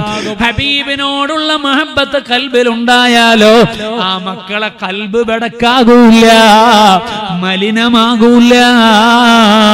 നിഷ്കളങ്കമായ കൽബിൽ ഫീഡ് ചെയ്യപ്പെടുന്നതാരാണ്? അതേതോ മനുഷ്യരല്ല, പിന്നെയോ ലോകത്തിന്റെ നേതാവാണ്, റഹ്മത്തുല്ലിൽ ആലമീനാണ്. ആ റഹ്മത്തുല്ലിൽ ആലമീൻ മുഹമ്മദുർ റസൂലുള്ളാഹി സ്വല്ലല്ലാഹു അലൈഹി വസല്ലമ തങ്ങൾക്ക് കടന്നിരിക്കാൻ പറ്റിയ മനസ്സാണ്. ചെറിയ പ്രായത്തിലുള്ള ഒരു തെറ്റിന്റെയും ലാഞ്ചനയില്ലാത്ത, ഒരു കറുത്ത പാടുകൾ പോലും വീഴാത്ത കൽബിന്റെ ഉടമകാണല്ലോ നമ്മുടെ ഈ മക്കളെന്ന് പറയുന്നത്. ആ മക്കളുടെ കൽബിലേക്ക് ഹബീബിന് വരാൻ പറ്റിയ കൽബാണത്. ആ ഹബീബിനെ പ്രതിഷ്ഠിക്കാനുള്ള വഴിയാണ് അവിടുത്തെ കുറിച്ച് കഥ പറഞ്ഞു കൊടുക്കുക, അവിടുത്തെ മഹത്വം പറഞ്ഞു കൊടുക്കുക. അങ്ങനെ ആവർത്തിച്ച് നമ്മൾ അവരെ ഹൃദ്യമായി സ്നേഹപൂർവം അവരെ മനസ്സിലേക്ക് ഹബീബിനെ ഒന്ന് അടയാളപ്പെടുത്താൻ പറ്റിയാൽ, മുത്തുനബി അടയാളപ്പെട്ട മനസ്സിന് പിശാചു കയറാൻ കുറച്ചു പണിയാൻ. അപ്പോൾ മുതിർന്നു വരുന്ന സമയത്ത് ഓട്ടോമാറ്റിക്കായി ആ മകന് പള്ളിയോട് കണക്ഷൻ ഉണ്ടാകും, ആ മകന് ദീനിയായ പ്രസ്ഥാനത്തോട് കണക്ഷൻ ഉണ്ടാകും, ആ മകന് ഉസ്താദുമാരോട് ആദരവുണ്ടാകും, ആ മകന് അതേ പണ്ഡിതന്മാരോട് താല്പര്യമുണ്ടാകും, ആ മകന് മതപരമായ കാര്യങ്ങളോട് താല്പര്യം ജനിക്കും. അങ്ങനെ ജനിച്ചു കിട്ടിയാൽ അൽഹംദുലില്ലാഹ്, അത് വലിയ സൗഭാഗ്യമാണ്, വലിയ സന്തോഷമാണ്. ആ അർത്ഥത്തിലേക്ക് നമ്മുടെ മക്കളെ ഒന്ന് പാകപ്പെടുത്താനുള്ള ശ്രദ്ധ എല്ലാ രക്ഷിതാക്കൾക്കും ഉണ്ടാകണമെന്ന് ഞാൻ ഓർമ്മപ്പെടുത്തുന്നു. നമ്മൾ ഏറ്റവും കൂടുതൽ പരിഗണിക്കേണ്ടത് ഹബീബിനെ തന്നെയല്ലയോ? അതുകൊണ്ടല്ലേ ജീവിതത്തിന്റെ തുടക്കം മുതൽ തന്നെ ഹബീബിനെ കുറിച്ച് നമ്മൾ പറയുന്നത്? പരിശുദ്ധ ഖുർആൻ ഓർമ്മപ്പെടുത്തിയല്ലോ, എല്ലാത്തിനും അപ്പുറത്തുണ്ടാകേണ്ടത് ആരാണ്? ഓ എന്റെ ചെറുപ്പക്കാരാ, പെങ്ങളെ, ദുനിയാവിന്റെ ചിന്തകൾക്കപ്പുറത്ത്, ഇവിടെയുള്ള ആസ്വാദനങ്ങൾക്കപ്പുറത്ത്, ഇവിടെയുള്ള പലരോടുമുള്ള സ്നേഹത്തിന്റെ മനോതലങ്ങൾക്ക് കാര്യങ്ങൾക്കപ്പുറത്ത് ഹബീബിനോടുള്ള ആഭിമുഖ്യവും അവിടുത്തോടുള്ള അനുരാഗവും ഖൽബിലൊന്ന് കയറി കിട്ടിയാൽ അത് വലിയ ഭാഗ്യമാണ്. അതിനാണ് ഇനിയുള്ള ദിനരാത്രങ്ങൾ നമ്മൾ ശ്രമിക്കേണ്ടതെന്ന് എന്റെ നഫ്സിനോടും നിങ്ങളോടും ഓർമ്മപ്പെടുത്തട്ടെ. അല്ലാഹു ഖുർആനിൽ പറഞ്ഞല്ലോ, ഖുൽ ഇൻ കാന ആബാഉകും വഅബ്നാഉകും വഇഖ്വാനുകും വഅസ്വാജുകും വഅശീറതുകും വഅംവാലുൻ ഇക്തറഫ്തുമൂഹാ വതിജാറത്തുൻ തഖ്ശൗന കസാദഹാ വമസാകിന തർളൗനഹാ അഹബ്ബ ഇലൈക്കും മിനല്ലാഹി വറസൂലി. അല്ലാഹു ഖുർആനിൽ പറയാണ്, ഓ നബിയെ തങ്ങൾ പറയണം. എന്താ പറയേണ്ടത്? നിങ്ങളെ മാതാപിതാക്കള്, നിങ്ങളെ മക്കള്, ഒരു മനുഷ്യന്റെ ജീവിതത്തിൽ അവന്റെ മനസ്സുകൊണ്ട് ഏറ്റവും ഇഷ്ടപ്പെടാൻ സാധ്യതയുള്ള സർവ കാര്യങ്ങളെയും സർവ വ്യക്തികളെയും എണ്ണി എണ്ണി പറയുകയാണ്. വാപ്പയോട് നമുക്ക് ഇഷ്ടമുണ്ടാകുമല്ലോ, ഉമ്മയോട് ഇഷ്ടമുണ്ടാകുമല്ലോ, മക്കളോട് ഇഷ്ടമുണ്ടാകുമല്ലോ, സഹോദരങ്ങളോട് ഇഷ്ടമുണ്ടാകുമല്ലോ. അതെ, നമ്മുടെ ഭാര്യമാരോട് ഭർത്താക്കന്മാരോട് ഇഷ്ടമുണ്ടാകുമല്ലോ, അടുത്ത കുടുംബങ്ങളോട് ഇഷ്ടമുണ്ടാകുമല്ലോ. വൈയക്തികമായ ബന്ധം സ്ഥാപിക്കപ്പെടാൻ സാധ്യതയുള്ളവരാണ് ഈ പറയപ്പെട്ടവരല്ല. അങ്ങനെയുള്ള സർവരുടെയും അതേ ഓരോ വിഭാഗത്തിന്റെയും പേരെടുത്തു പറഞ്ഞു. ഇനിയോ നമ്മൾ ഇഷ്ടപ്പെടുന്ന വസ്തുക്കളുണ്ട്, അതൊന്നും എന്താണ്? നമ്മുടെ സമ്പാദ്യമാണ്. അതേ, നമ്മൾ സമ്പാദിച്ചുണ്ടാക്കുന്ന ധനമാണ്. അതിനോട് നമുക്ക് മാനസികമായ ആഭിമുഖ്യമുണ്ടാകും. നമ്മൾ നിർമ്മിച്ചെടുത്ത ബിസിനസ് സാമ്രാജ്യങ്ങളില്ലേ, സംവിധാനങ്ങളില്ലേ, അതിനോട് നമുക്ക് സ്നേഹമുണ്ടാകും. അതേപോലെ തന്നെ നമ്മൾ ഉണ്ടാക്കി വെച്ച വീടിനോടും നമുക്ക് മാനസികമായ ആഭിമുഖ്യമുണ്ടാകും. ഒരു വ്യക്തിയുടെ ജീവിതത്തിൽ അവർ വ്യക്തിപരമായി ഏറ്റവും കൂടുതൽ ബന്ധം പുലർത്താൻ സാധ്യതയുള്ള വ്യത്യസ്ത വിഭാഗങ്ങളെ കുറിച്ച് പറഞ്ഞു. വസ്തുക്കൾ എന്നുള്ള അർത്ഥത്തിൽ ഒരു വ്യക്തി ഏറ്റവും കൂടുതൽ മാനസികമായി പരിഗണന കൊടുക്കുന്ന വസ്തുക്കൾ അവന്റെ ധനമാണ്, അവന്റെ ജീവിതോപാധിയായിട്ടുള്ള കാര്യങ്ങളാണ്, അവന് കയറി കിടക്കാനുള്ള വീട്. ഇതിനെയെല്ലാം പറഞ്ഞിട്ട് അല്ലാഹു ഖുർആനിൽ പറയുന്നു, മുത്തുനബി സല്ലല്ലാഹു അലൈഹി വസല്ലം തങ്ങൾ ആ തങ്ങളോട് പറയാൻ വേണ്ടി അറിയിക്കുകയാണ്. എന്താണ്? ഹബ്ബ ഇലൈക്കും മിനല്ലാഹി വറസൂലി. ഈ പറയപ്പെട്ട കാര്യങ്ങളാണ് അതേ നിങ്ങളിലേക്ക് ഏറ്റവും ഇഷ്ടമുള്ളതായി മാറുന്നതെങ്കിൽ, അതേ നിങ്ങൾക്ക് പരിഗണനയുള്ളതായി നിങ്ങളെ പണവും ബിസിനസ്സും വീടും കാറും സംവിധാനങ്ങളുമാണെങ്കിൽ, നിങ്ങൾ ബന്ധപ്പെടുന്ന വ്യക്തികളാണെങ്കിൽ, അതേ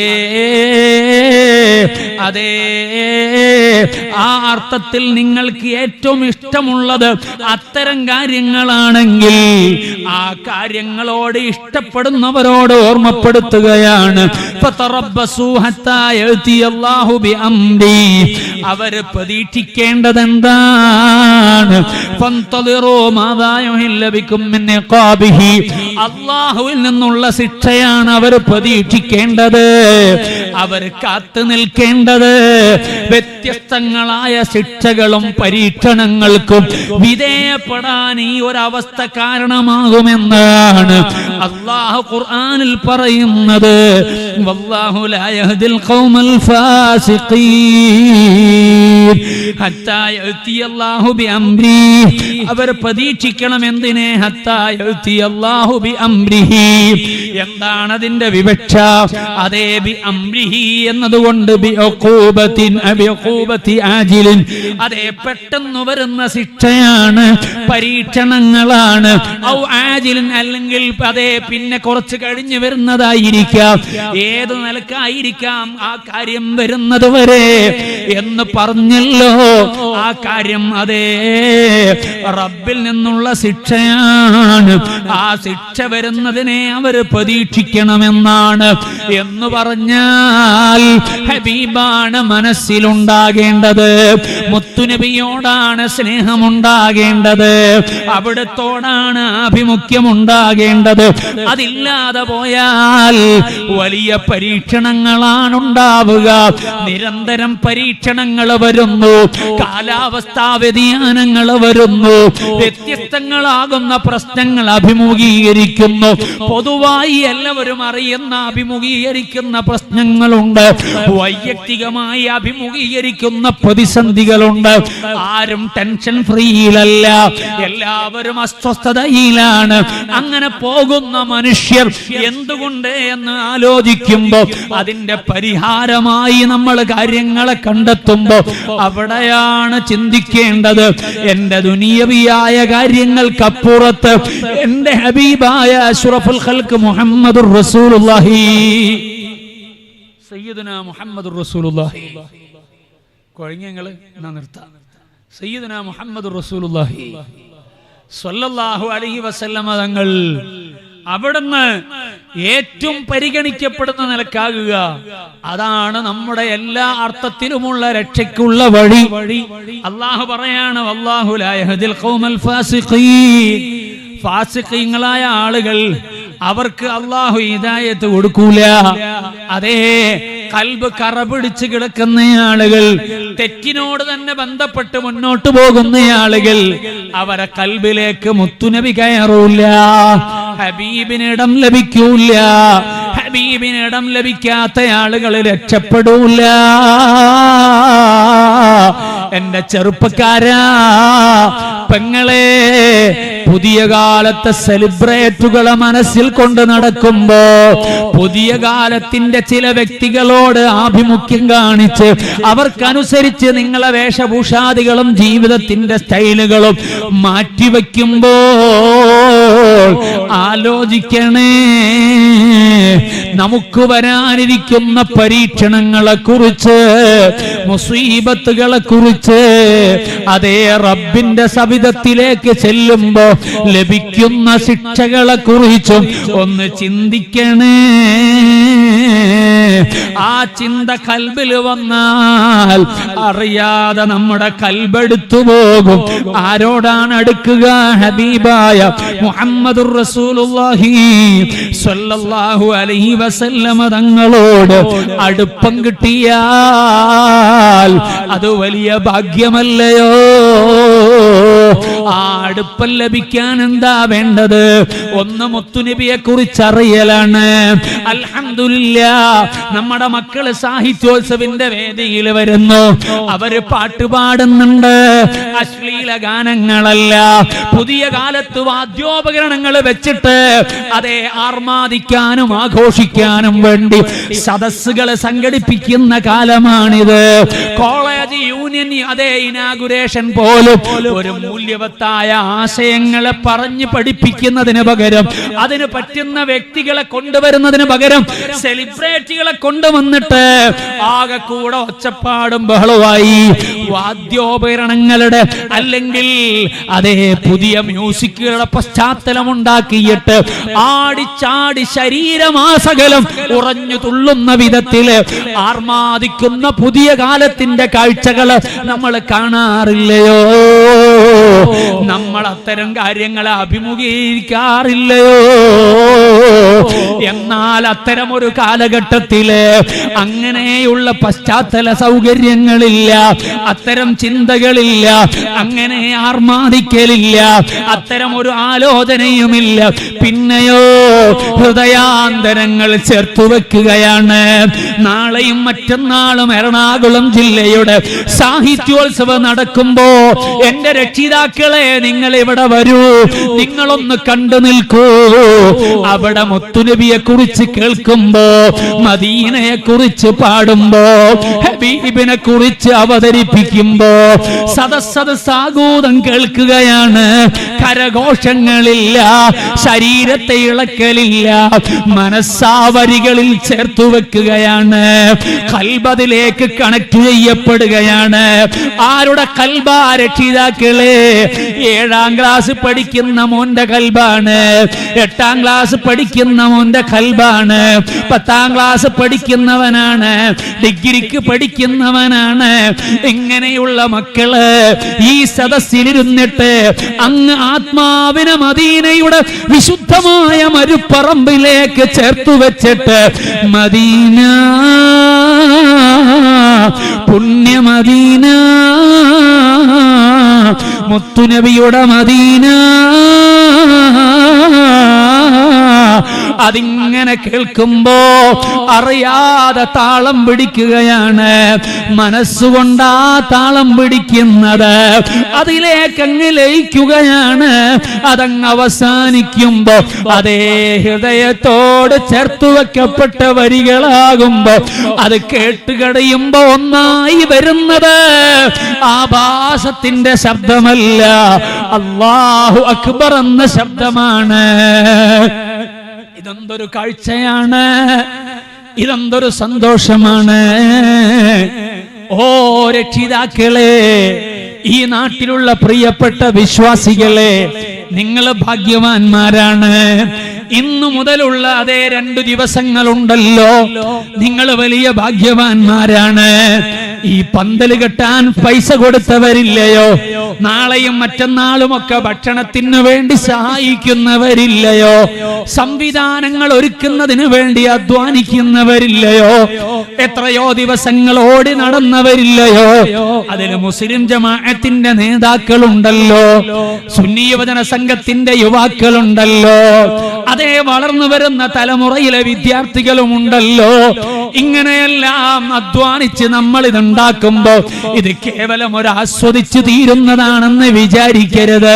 ഇത് കേവലം ഒരു മത്സരമാണെന്ന് നിങ്ങൾ വിചാരിക്കരുത്. പിന്നെയോ അതിനേക്കാളും അപ്പുറത്ത് ഒരുപാട് വേണ്ടാത്ത പാട്ടുകള്, ശബ്ദ കോലാഹലങ്ങള് മുഖരിതമായി നിൽക്കുന്ന ഒരു കാലഘട്ടത്തില് ജീവിക്കുന്ന മക്കളുടെ ഹൃദയാന്തരങ്ങളിലേക്ക് ഹബീബായ അഷ്റഫുൽ ഖൽഖ് മുഹമ്മദുർ റസൂലുള്ളാഹി സ്വല്ലല്ലാഹു അലൈഹി വസല്ലം തങ്ങളോട് അനുരാഗമുള്ള മനസ്സോട് അവിടുത്തെ കുറിച്ച് കേൾക്കാനുള്ള അവസരങ്ങളാണ് കഴിഞ്ഞിട്ടില്ല. ആത്മീയതയുടെ വഴികളിലേക്ക് പോയ കാലങ്ങളിൽ ഈ ഉമ്മത്തിനെ കൈപിടിച്ചു നടത്തിയവരുണ്ടല്ലോ, അത് മഹാന്മാരായ സൂഫിയാക്കളാണല്ലോ, സച്ചരിതരായ ജീവിച്ച അതേ വ്യക്തികളാണല്ലോ. അത്തരം മഹാന്മാരുടെ ജീവിതത്തിന്റെ ഏടുകള് ഇവിടെ മനോഹരമായി അയവിറക്കപ്പെടുകയല്ലയോ? ഒരു കാലത്ത് പഴഞ്ചനാണെന്ന് പറഞ്ഞു ഖുറാഫാത്തിന്റെ പട്ടികയിൽ പെടുത്തിയും ഈ ഉമ്മത്തിന്റെ മനസ്സിൽ നിന്നും വീടകങ്ങളിൽ നിന്നും ഗ്രാമങ്ങളിൽ നിന്നും എടുത്തു വലിച്ചറിയണമെന്ന് വിചാരിച്ചിട്ട് സർവകുതന്ത്രങ്ങളും ഉപയോഗിച്ചിട്ട് എല്ലാവിധ ദുർവ്യാഖ്യാനങ്ങളും നടത്തിയിട്ട് അഹ്ലുസുന്നയുടെ ആദർശത്തിന്റെ വിരുദ്ധ ചേരിയുള്ളവർ മാലയെയും മൗലീദിനെയും ഒക്കെ പടിക്ക് പുറത്തു നിർത്താൻ ശ്രമിച്ചപ്പോൾ, വലിച്ചെറിയണമെന്ന് പറഞ്ഞപ്പോൾ, അതേ അത് നമുക്ക് ആപത്താണെന്ന് പറഞ്ഞപ്പോ, അതേ നാട്ടിൽ നിന്ന് അത് നീങ്ങുമെന്ന സ്വപ്നം കണ്ടുകൊണ്ട് അവരിങ്ങനെ കവലകൾ തോറും സംസാരിച്ചപ്പോ, അതേ ആ സംസാരങ്ങള് പുല്ലുവില കൽപ്പിക്കാതെ ഗ്രാമങ്ങൾ, അതേ വീടകങ്ങൾ, അതെല്ലാം മാലയുടെ വരികൾ കേൾക്കുന്ന അവസ്ഥാന്തരങ്ങളിലേക്ക് വന്നല്ലോ. ബിസ്മിയും ഹംദും സ്വലാത്തും നൽസലാമും മുന്നേ വെള്ളിനെ ഫീസത്തുമാല ഞാൻ തുടങ്ങിയിടുന്നേ.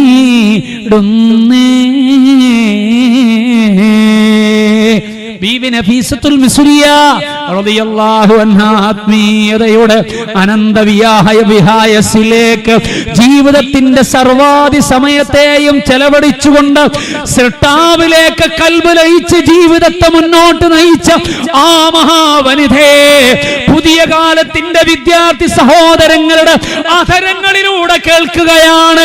എത്ര മനോഹരമാണ് വരികള്, എത്ര ശുഭകരമാണ് കാഴ്ചകള്. ഈ കാഴ്ചകൾ എങ്ങനെയാ ഉണ്ടായത്, ഇതെങ്ങനെയാ അനുഭവിച്ചത്? ഇതിനെയെല്ലാം പുറത്തു നിർത്താൻ വിചാരിച്ചവർ അടങ്ങിയിരുന്നു പോയതെങ്ങനെയാണ്? അവർ മൗനികളായി പോയതെങ്ങനെയാണ്?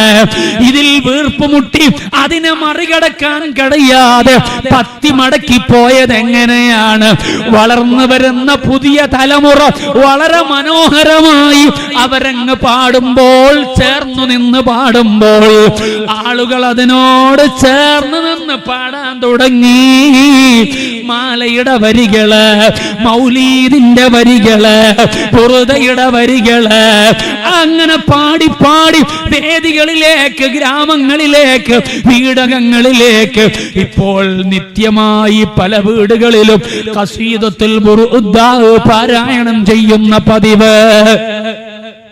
റബീഉൽ അവ്വൽ 1 നിലാവ് വെളിച്ചം വന്നത് മുതൽ അതേ റബീഉൽ അവ്വലിന്റെ 30 നാളുകളിലും രാത്രികളില് SSFന്റെ പ്രിയപ്പെട്ട മക്കള് പല ഗ്രാമങ്ങളിലും മൊബൈൽ മൗലീദ് നടത്തുകയാണ്. മുതഅല്ലിമീങ്ങളല്ല, മുതഅല്ലിമീങ്ങൾ കൂടെയുണ്ട്, ശരിയാണ്. പക്ഷേ നാട്ടിൻ പുറത്തുള്ള സാധാരണക്കാരായ മക്കളില്ലേ, ഈ പ്രസ്ഥാനത്തിന്റെ നേതൃത്വം പണ്ട് കാലം മുതലേ അതേ ശീലിപ്പിച്ച ശീലമാണ്. കഴിഞ്ഞ വർഷവും ഞാൻ റബീഉൽ അവ്വൽ കഴിഞ്ഞിട്ട് റബീഉൽ ആഖിർ മാസത്തില് 40 ദിവസം മൗലീദ് തുടർച്ചയായി ആ ഗ്രാമത്തിലെ ആവുന്ന അത്ര വീടുകളിൽ SSFകാര് ചെല്ലിയിട്ട് അതിന്റെ സമാപന വേദിയിൽ പ്രഭാഷണം നടത്താൻ ഒരുപാടിടങ്ങളിൽ പോകാൻ എനിക്ക് അവസരം കിട്ടിയിട്ടുണ്ടല്ലോ. അതെത്ര സന്തോഷമാണ്, ഭാഗ്യമാണ്. അതെ, ഞങ്ങളങ്ങ് വന്നോളാം. ഭക്ഷണമില്ലെങ്കിലും ശരി, ഒരു വെള്ളം കിട്ടിയാൽ മതി, അല്ലെങ്കിൽ എന്തെങ്കിലും ഒരു ചായയും കടിയും മതി. ഈ മക്കള് വന്നിട്ട് വളരെ മനോഹരമായി മൗലായ സ്വല്ലി വസല്ലിം ദായിമൻ അബദാ അലാ ഹബീബിക ഖൈറിൽ ഖൽഖി കുല്ലിഹിം. മദീനയുടെ വിശുദ്ധമായ മരുപ്പറമ്പിൽ അന്തിയുറങ്ങുന്ന ലോകത്തിന്റെ പ്രിയപ്പെട്ട നേതാവിലേക്ക് അനുരാഗത്തിന്റെ മനസ്സ് വെച്ച് അതരങ്ങളെ ചലിപ്പിച്ച് സ്വതമാരുതിമാധുരിയോട് മൗലായയുടെ വചനങ്ങൾ ഇങ്ങനെ ചെല്ലുമ്പോ ആ മക്കൾ ആരാ? ന്യൂജൻ സൊസൈറ്റിയുടെ പ്രതിനിധികളാണ്.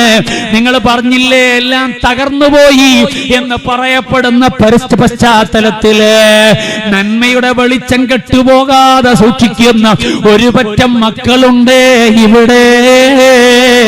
അവർ പ്രശോഭിതമായി ജീവിക്കുന്നുണ്ട്. ആ പ്രശോഭിതമായ ജീവിതത്തിന്റെ അനുരണങ്ങളാൽ റബീഉൽ അവ്വൽ മാസത്തിൽ നമ്മൾ അനുഭവിക്കുന്നത് കേട്ടോ. അങ്ങനെ ആ ഗ്രാമത്തിൽ മുഴുവനും, കഴിയുന്ന വീടുകളിൽ മുഴുവനും മൗലീദ് ആലാപനം. വീടിനകത്തു നിന്ന് പുറത്താക്കാൻ വിചാരിച്ചത് എല്ലാ വീടുകളിലേക്കും ആരാ നിലനിർത്തിയത്? അത് ഈ പ്രസ്ഥാനത്തിന്റെ കൂടെ പ്രവർത്തനത്തിന്റെ പരിണിതിയാണ്. സ്വാത്വികരായ പണ്ഡിത ശ്രേഷ്ഠർ ആധികാരികമായ രേഖകൾ വെച്ച് തെളിവുകൾ ഉദ്ധരിച്ചൊരു ഭാഗത്ത് സംസാരിച്ചപ്പോ, ദലായിലുകൾ വെച്ച് കൃത്യമായി ബിദ്അത്തിന്റെ വാദങ്ങളുടെ മുനയൊടിച്ചപ്പോ, വൈജ്ഞാനികമായ പ്രതിരോധം അങ്ങനെ നടന്നപ്പോ, പ്രവർത്തന വഴിയിൽ ഗ്രൗണ്ട് ലെവലിൽ അതേ ഇത്തരം കാര്യങ്ങളെ മാറ്റി നിർത്താൻ ശ്രമിച്ചവരുടെ മുഖത്തടിക്കും വിധത്തില് കൃത്യമായി ഇതിനെ പ്രയോഗിച്ചതാരാണ്? SSFന്റെ പ്രിയപ്പെട്ട മക്കളാണ്. അവര് സാഹിത്യോത്സവത്തിലൂടെ പാടിശീലിച്ച ബുറുദയും പാടിശീലിച്ച മൗലീദും പാടിശീലിച്ച മാലയും അവരെ ഗ്രാമങ്ങളിലും വീടുകളിലും പാടാൻ തുടങ്ങിയപ്പോ അതൊരു മനോഹരമായ കാഴ്ചയായില്ലയോ? ഹബീബ് കൽബിലേക്ക് കുടിയിരിക്കുന്നതിന്റെ കടന്നു വരുന്നതിന്റെ സുന്ദരമായ കാഴ്ചകളാണ്. പോരാ, ഇത് പോരാ, ഇനിയും അത് വളരണം, വികസിക്കണം. ഓ മക്കളെ, കൽബിൽ ഹബീബ് ഉണ്ടാകണം. അവിടെ നിന്നില്ലാത്ത നിമിഷങ്ങളെ കുറിച്ച് നമ്മൾ ഗൗരവത്തിൽ ആലോചിക്കണം. ആ മുത്തുനബിയിലേക്ക് കൽബൊന്നു ചേർന്നാൽ നമ്മുടെ ജീവിതത്തിന്റെ സ്റ്റൈല് മാറും, നമ്മുടെ ജീവിതത്തിന്റെ അവസ്ഥ മാറും, നമുക്ക് വല്ലാത്തൊരു ആസ്വാദനം ലഭിക്കും. അപ്പൊ പിന്നെ നിസ്കരിക്കാൻ നമുക്ക് മടിയുണ്ടാവില്ല, സ്വലാത്ത് വർദ്ധിപ്പിക്കാൻ നമുക്ക് മടിയുണ്ടാകില്ല, ദിക്ർ ചൊല്ലാൻ നമുക്ക് മടിയുണ്ടാകില്ല, ഉമ്മാക്ക് ഖിദ്മത്ത് ചെയ്യാൻ നമുക്ക് മടിയുണ്ടാകില്ല, വാപ്പാനെ സഹായിക്കാൻ നമുക്ക് മടിയുണ്ടാകില്ല, നാട്ടിലെ മുതിർന്നവരെ ആദരിക്കാൻ നമുക്ക് പ്രശ്നം തോന്നില്ല. നന്മയുടെ സർവ്വകാര്യങ്ങളിലും മുന്നിലുണ്ടാകാനുള്ള മനസ്സുണ്ടാകും. ആ മനസ്സുണ്ടാക്കാനുള്ള ശ്രമം, ആ മനസ്സ് രൂപപ്പെടാൻ നമ്മൾ ഉപയോഗിക്കേണ്ട ആയുധം, അത് സയ്യിദുൽ അബ്റാർ മുഹമ്മദുർ റസൂലുള്ളാഹി സ്വല്ലല്ലാഹു അലൈഹി വസല്ലം തങ്ങളാണ്. ആ തങ്ങളെ കൽബിലേക്ക് വരണം. ആ തങ്ങളെ കൽബിലേക്ക് വരേണ്ടത് എങ്ങനെയാണ്? എല്ലാത്തിനും അപ്പുറത്ത് നമ്മുടെ മനസ്സിൽ ഹബീബായ അഷ്റഫുൽ ഖൽഖ് മുഹമ്മദുർ റസൂലുള്ളാഹി സ്വല്ലല്ലാഹു അലൈഹി വസല്ലം തങ്ങൾ വരുമ്പോഴേ നമ്മൾ യഥാർത്ഥത്തിലുള്ള വിശ്വാസിയാകുന്നുള്ളൂ. വിശ്വാസത്തിന്റെ മധുരം അനുഭവിക്കണോ? ഹബീബായ റസൂലുള്ളാഹി സ്വല്ലല്ലാഹു അലൈഹി വസല്ലം തങ്ങൾ പറഞ്ഞല്ലോ, തലാസും മൻ കുന്ന ഫീഹി വജദ ഹലാവത്തുൽ ഈമാൻ. ഈമാനിന്റെ മധുരം അനുഭവിക്കുന്നവരാരാണ്? 3 വിഭാഗമാണ്. 3 കാര്യങ്ങൾ മനസ്സിലുള്ളവരാണ്. ആരാണെന്ന് അല്ലാഹു റസൂലും അല്ലാഹും അവന്റെ റസൂലും അഹബ്ബ ഇലൈഹി മിമ്മാ സിവാഹുമാ. അത് എന്ത് ചെയ്യുക? അല്ലാഹും അവന്റെ പ്രവാചകരും മറ്റെല്ലാത്തിനേക്കാളും അവരല്ലാത്ത സർവ്വതിനേക്കാളും അവരിലേക്ക് ഇഷ്ടമാകുമ്പോഴാണ് ഈമാനിന്റെ ഹലാവത്ത്, മധുരം ലഭിക്കുക എന്ന് ഹബീബായ മുഹമ്മദുർ റസൂലുള്ളാഹി സ്വല്ലല്ലാഹു അലൈഹി വസല്ലം തങ്ങൾ പഠിപ്പിക്കുമ്പോ രണ്ടാമത്തെ കാര്യം എന്താണ്? യുഹിബ്ബൽ മർഅ ലാ യുഹിബ്ബുഹു ഇല്ലാ ലില്ലാഹ്. ഒരു വ്യക്തിയെ ഇഷ്ടപ്പെടുമ്പോ ദുനിയാവിന് വേണ്ടിയല്ല, പണത്തിന് വേണ്ടിയല്ല, പത്രാസത്തിന് വേണ്ടിയല്ല, പിന്നെ അല്ലാഹുവിന് വേണ്ടിയാണ്. അതേ നല്ല സുന്നത്ത് ജമാഅത്തിന്റെ പ്രവർത്തനം നടത്തുന്ന ചെറുപ്പക്കാരനോട് നമ്മുടെ കൽബിൽ ഇഷ്ടമാണ്. ആ ഇഷ്ടത്തിന്റെ കാരണം അവന്റെ സൗന്ദര്യമല്ല, അവന്റെ ദുനിയവിയായ കാര്യങ്ങളല്ല, അവൻ അല്ലാഹുവിന്റെ ദീനിന് അതേ ഖിദ്മത്ത് ചെയ്യുന്നു എന്നതാണ്, നല്ല സ്വഭാവക്കാരനാണ് എന്നതാണ്, തഖ്വയോടെ ജീവിക്കുന്നു എന്നതാണ്. അതിനുവേണ്ടി പരസ്പരം മഹബ്ബത്ത് വെച്ചാൽ അവരുടെ കൽബിലും ഈമാനിന്റെ മധുരം അനുഭവിക്കാൻ അവർക്ക് കഴിയും. എന്നിട്ട് ഹബീബായ റസൂലുള്ളാഹി സ്വല്ലല്ലാഹു അലൈഹി വസല്ലം തങ്ങൾ പറയുകയാണ്, അതേ മൂന്നാമത്തെ കാര്യം എന്താണ്? യക്റാവൻ വെറുക്കലാണ്, യഊദ ഫിൽ കുഫ്രി, കുഫ്രിലേക്ക് മടങ്ങുന്നതിനെ വെറുക്കലാണ്. കമാ യക്റഹു യഖദഫ ഫിന്നാർ, നരകത്തിലേക്ക് അവനെ ഇടപെടുന്നത്, തീയിലേക്ക് അവനെ ഇടപെടുന്നത് എത്രമാത്രം ഒരാൾ വെറുക്കുമോ അതുപോലെ കുഫറിലേക്ക് പോകുന്നത്. വെറുക്കുന്ന മനസ്സുണ്ടായാൽ, കുഫറിനോട് മനസ്സിൽ വെറുപ്പുണ്ടായാൽ, അവനും അതേ ഈമാനിന്റെ മധുരം അനുഭവിക്കുന്നവനാണ്, എത്തിക്കുന്നവനാണ്. സയ്യിദുനാ മുഹമ്മദുർ റസൂലുള്ളാഹി സ്വല്ലല്ലാഹു അലൈഹി വസല്ലം തങ്ങൾ പഠിപ്പിക്കുകയാണ്. ഓ ചെറുപ്പക്കാരെ, പുതിയ കാലത്തെ നവലിവർ ചിന്ത കൽബിലേക്ക് കയറിയിട്ട് ഹബീബിനെ മറന്നു പോകണ്ട, ഇസ്ലാമിനെ വലിച്ചെറിയണ്ട. ഇസ്ലാമിനെ പോലെ ഏറ്റവും പ്രൗഢമായ വിശ്വാസവും പ്രൗഢമായ ജീവിതത്തിന്റെ വടികളും പഠിപ്പിച്ച വേറെ ഒരു സംസ്കാരമില്ല, വേറെ ഒരു സംഗതിയുമില്ല. ഏത് വിഷയത്തിലാണ് നിങ്ങൾ നോക്കൂ, ഇസ്ലാം കൽപ്പിച്ച കാര്യങ്ങൾ എന്താണ്? ആ കൽപ്പിച്ച കാര്യങ്ങൾ നിസ്കാരമാണ്, നോമ്പാണ്, ഹജ്ജാണ്, സക്കാത്താണ്. നിങ്ങൾ ശാസ്ത്രീയമായി പഠിച്ചു നോക്കൂ, മാനുഷികമായി നിങ്ങൾ അതിനെ വിലയിരുത്തൂ. ഏറ്റവും പെർഫെക്റ്റ് ആയ ആരാധനകളാണ്. വ്യക്തിപരമായ ഗുണങ്ങളുണ്ട്, സാമൂഹികപരമായ ഗുണങ്ങളുണ്ട്, ഇതെല്ലാം അവിടെയുണ്ട്. ഞാൻ ഓരോന്നും വിശദീകരിക്കുന്നില്ല. 10:30 മണിക്ക് എന്റെ പ്രഭാഷണം അവസാനിപ്പിക്കണമല്ലോ, അതുകൊണ്ട് ഞാൻ ചുരുക്കുകയാണ്. ആ നിർദ്ദേശിക്കപ്പെട്ട കർമ്മങ്ങൾ, ആ കർമ്മങ്ങൾ പാവപ്പെട്ടവർക്ക് അത്താണിയാകുന്നതാണ് ഒരു കർമ്മം. മനുഷ്യന്റെ മനസ്സിനെ, എല്ലാ മനുഷ്യന്റെ വിഭാഗീയതകളും മറന്നിട്ട് ഏകനായ സൃഷ്ടാവിന്റെ അടിമയെന്ന ആലോചനയിലേക്ക് ഇഴചേർക്കുന്നതാണ് അതേ മറ്റൊരു ആരാധന. വേറെയൊന്നോ ശാരീരികമായ ആരോഗ്യം ഒരു ഭാഗത്തുണ്ട്, അതേസമയം പട്ടിണി പാവങ്ങളെ കുറിച്ച് ആലോചിക്കാനുള്ള മനോവികാരങ്ങൾ ഉണ്ടാക്കുന്നതാണ് വേറെയൊന്നോ. മനുഷ്യന്റെ ജീവിതത്തിന്റെ കൃത്യതയും അവന്റെ പഞ്ച്വാലിറ്റിയും ഇതെല്ലാം നിർവഹിക്കപ്പെടുന്ന വിധത്തിലുള്ള ഭൗതികമായി തന്നെ ഗുണമുള്ള, ശാസ്ത്രീയമായി ഒരുപാട് ഗുണമുള്ള, അതേസമയം മനസ്സിന് വലിയ റിലാക്സ് ലഭിക്കുന്ന കാര്യങ്ങളാണ് നിസ്കാരത്തിലൂടെ നടക്കുന്നത്.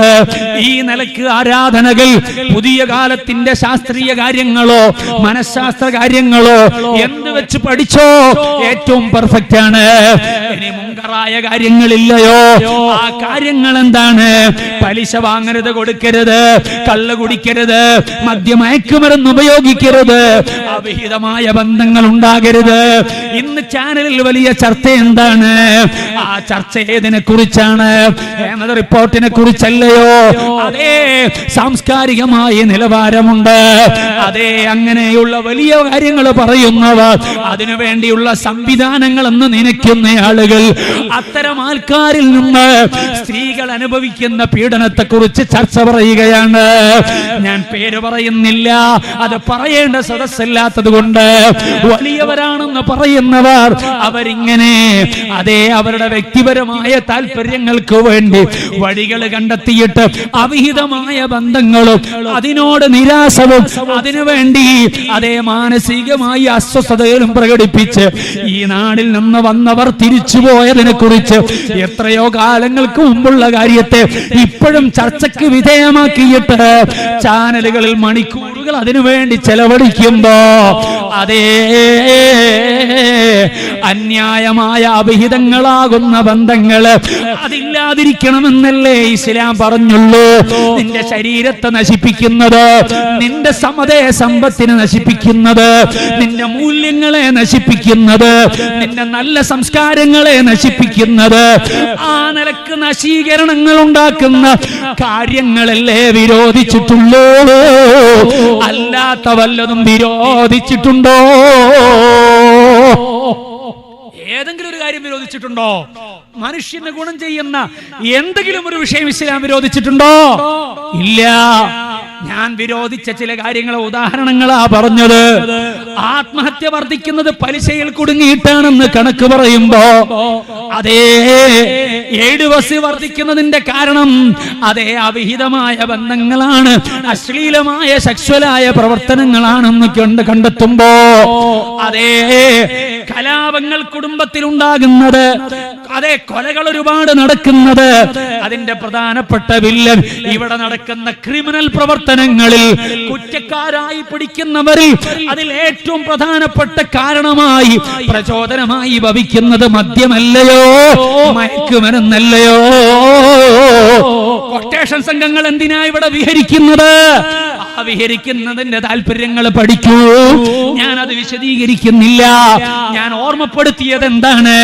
അള്ളാഹുവിന്റെ ദീന് പഠിപ്പിച്ച വിരോധിച്ച കാര്യങ്ങള്, ആ വിരോധിച്ച കാര്യങ്ങൾ ഓരോന്നും എടുത്ത് നിങ്ങൾ വിലയിരുത്തൂ. മാനുഷികമായ മൂല്യങ്ങളെ സംരക്ഷണത്തിന് വേണ്ടിയാണ്, ആരോഗ്യ സംരക്ഷണത്തിന് വേണ്ടിയാണ്, മാനസികമായ സുഖത്തിന് വേണ്ടിയാണ്, അതേ ടെൻഷൻ ഇല്ലാതെ ജീവിക്കാൻ വേണ്ടിയാണ്, അക്രമങ്ങൾ ഇല്ലാതിരിക്കാൻ വേണ്ടിയാണ്. അത്തരം കാര്യങ്ങളല്ലാതെ ഒരാളുടെ ആരോഗ്യത്തിന് ഉപകാരപ്പെടുന്ന കാര്യങ്ങൾ വിരോധിച്ചിട്ടുണ്ടോ? മനസ്സിന് സുഖമുള്ള കാര്യം വിരോധിച്ചിട്ടുണ്ടോ? അതേ ഒരു സമൂഹത്തിന്റെ നല്ല നടപ്പിനും നല്ല വളർച്ചയ്ക്കും ഉപകാരപ്പെടുന്നത് വല്ലതും വിരോധിച്ചിട്ടുണ്ടോ? ഇല്ലല്ലോ.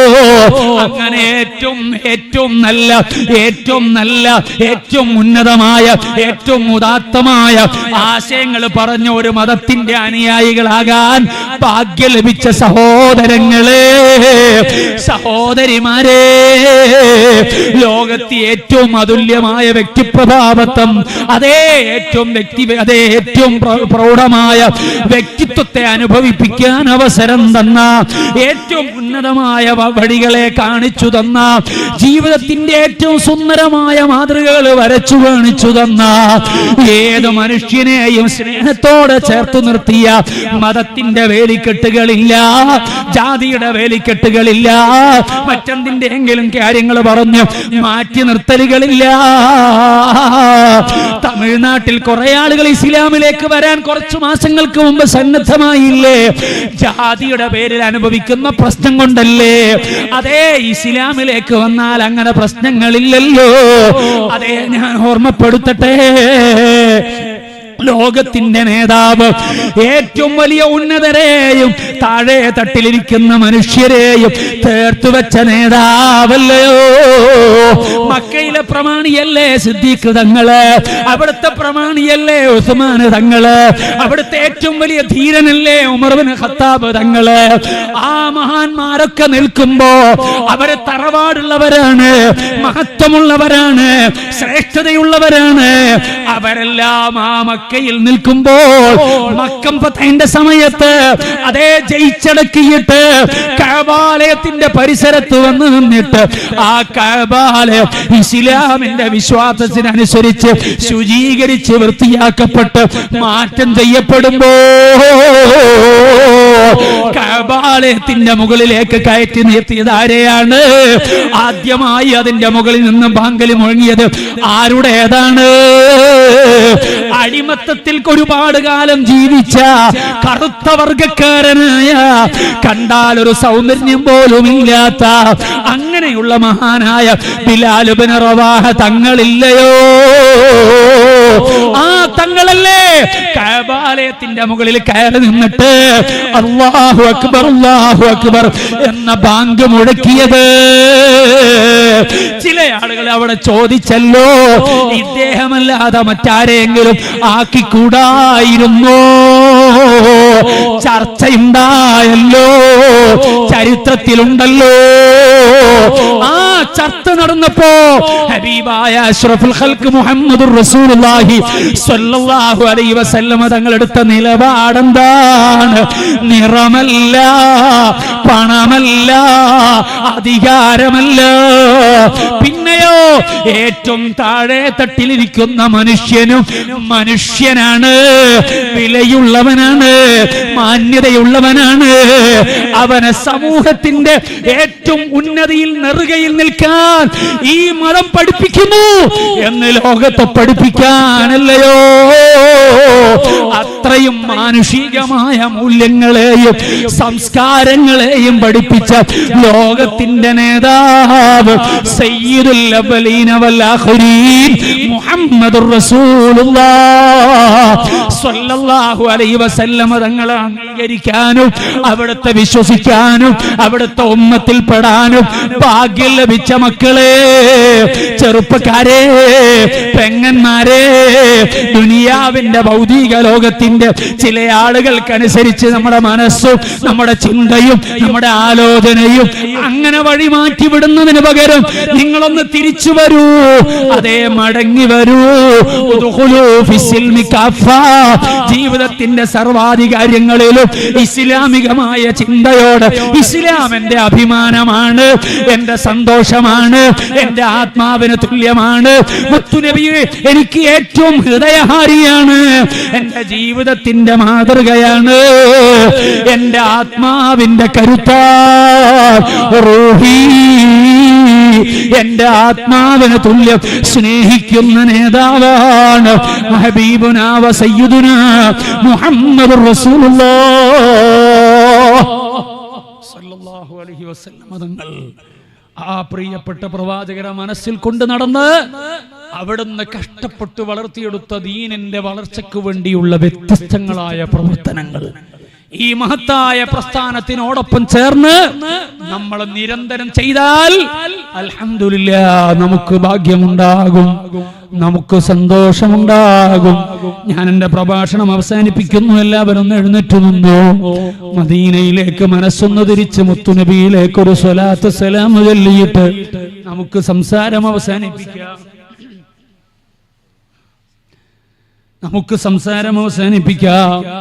ഓ മുഅ്മിനീങ്ങളെ, ഇത് സഫർ മാസത്തിന്റെ അവസാനമാണ്.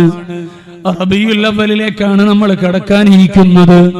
ഹബീബ് സല്ലല്ലാഹു അലൈഹി വസല്ലമ തങ്ങളോട് ഖൽബിൽ നല്ല സ്നേഹം നമ്മൾ ഉണ്ടാക്കിയെടുക്കാൻ ശ്രമിക്കണം. ഒരുപാട് സ്വലാത്ത് നമ്മൾ വർദ്ധിപ്പിക്കണം. ഒരുപാട് സലാം മദീനയിലെ വിശുദ്ധമായ ഭൂമിയിലേക്ക് പറഞ്ഞേക്കണം.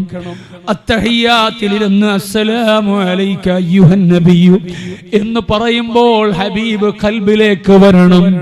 റബ്ബ് ഖൽബിലേക്ക് വന്ന ഉടനെ ഹബീബ് ഖൽബിലേക്ക് വരണം. അങ്ങനെ വരാനാണ് റബ്ബിന്റെ ഇഷ്ടം, താല്പര്യം. അതുകൊണ്ടാണ് അത്തഹിയ്യാത്തുൽ മുബാറകാത്തു സ്വലവാത്തു ത്വയ്യിബാത്തു ലില്ലാഹ് റബ്ബിനോടുള്ള സംഭാഷണത്തിനോട് ചേർത്തിട്ട് ഹബീബിനോടൊന്ന് സംവദിക്കാൻ അല്ലാഹ് തന്നെ പറഞ്ഞത്. അസ്സലാമു അലൈക അയ്യുഹൻ നബിയൂ.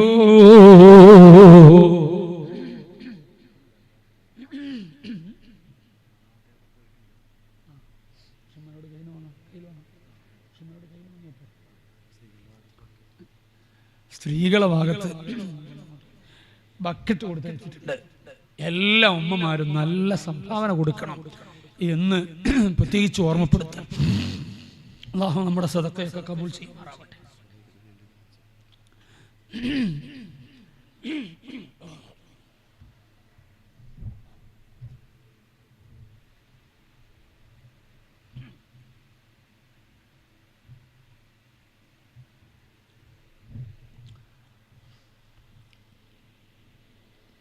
ഹബീബായ റസൂലുള്ളാഹി സ്വല്ലല്ലാഹു അലൈഹി വസല്ലമ തങ്ങളോട് ആത്മബന്ധം സ്ഥാപിച്ചുകൊണ്ട് എല്ലാ ദിവസവും നമ്മൾ സ്വലാത്ത് ചൊല്ലണം, സലാം വർദ്ധിപ്പിക്കണം, അവിടുത്തോട് ആത്മബന്ധം സ്ഥാപിക്കണം.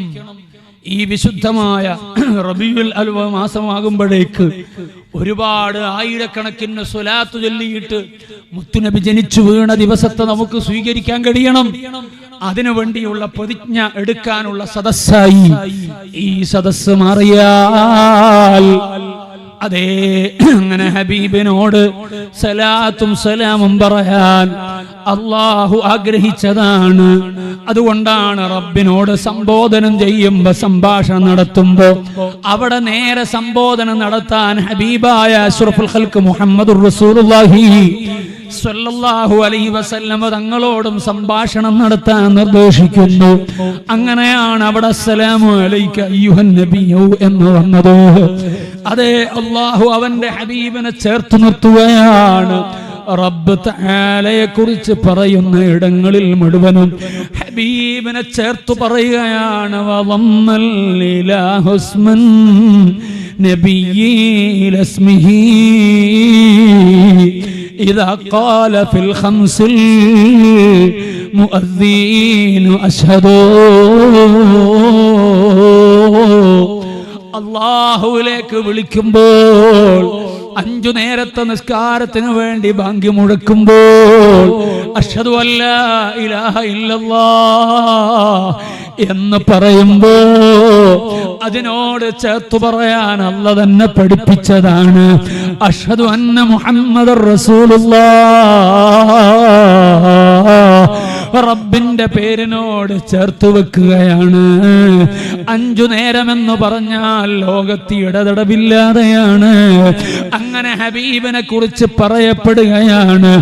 ആ റബ്ബിനെ മനസ്സിൽ ഓർമ്മിക്കുമ്പോൾ റബ്ബിലേക്ക് നമ്മ വഴി നടത്തിയിട്ടുള്ള സയ്യിദുനാ മുഹമ്മദുർ റസൂലുള്ളാഹി സ്വല്ലല്ലാഹു അലൈഹി വസല്ലമ തങ്ങൾ നമ്മളെ ഓർമ്മിച്ചാലോ, അവിടുത്തെ സ്നേഹിച്ചാലോ, അവിടുത്തെ പിൻപറ്റിയാലോ, ഖുൽ ഇൻ കുൻതും തുഹിബ്ബൂനല്ലാഹ് ഫത്തബിഊനി യുഹിബ്ബുകുമുല്ലാഹ്. നിങ്ങൾ എന്നെ പിൻപറ്റിയാൽ, എന്നോട് പിന്തുടർന്നാൽ നിങ്ങൾ അല്ലാഹുവിനെ ഇഷ്ടപ്പെടുന്നു എന്നാണ് പറയുന്നതെങ്കിൽ നബിയെ തങ്ങൾ പറയുക, ഇൻ കുന്തും തുഹിബ്ബൂനല്ലാഹ്, നിങ്ങൾ അല്ലാഹുവിനെ ഇഷ്ടപ്പെടുന്നു എന്നാണ് പറയുന്നതെങ്കിൽ ഇഷ്ടപ്പെടുന്നവരാണോ, ഫത്തബിഊനി, എന്നാൽ നിങ്ങൾ എന്നെ പിൻപറ്റണം. യുഹിബ്ബുക്കുമുല്ലാഹ്, എങ്കിൽ നിങ്ങളെ അല്ലാഹു ഇഷ്ടപ്പെടും. വയഗ്ഫിർ ലക്കും ദുനൂബക്കും, നിങ്ങളെ പാപങ്ങൾ അല്ലാഹു പുറത്തു തരും. റബ്ബ് പാപം പുറത്തു തരണോ, അല്ലാഹുവിന്റെ ഇഷ്ടം സമ്പാദിക്കണോ, ഹബീബിനെ അനുധാവനം ചെയ്യണം, അവിടുത്തോട് അനുരാഗം വെക്കണം.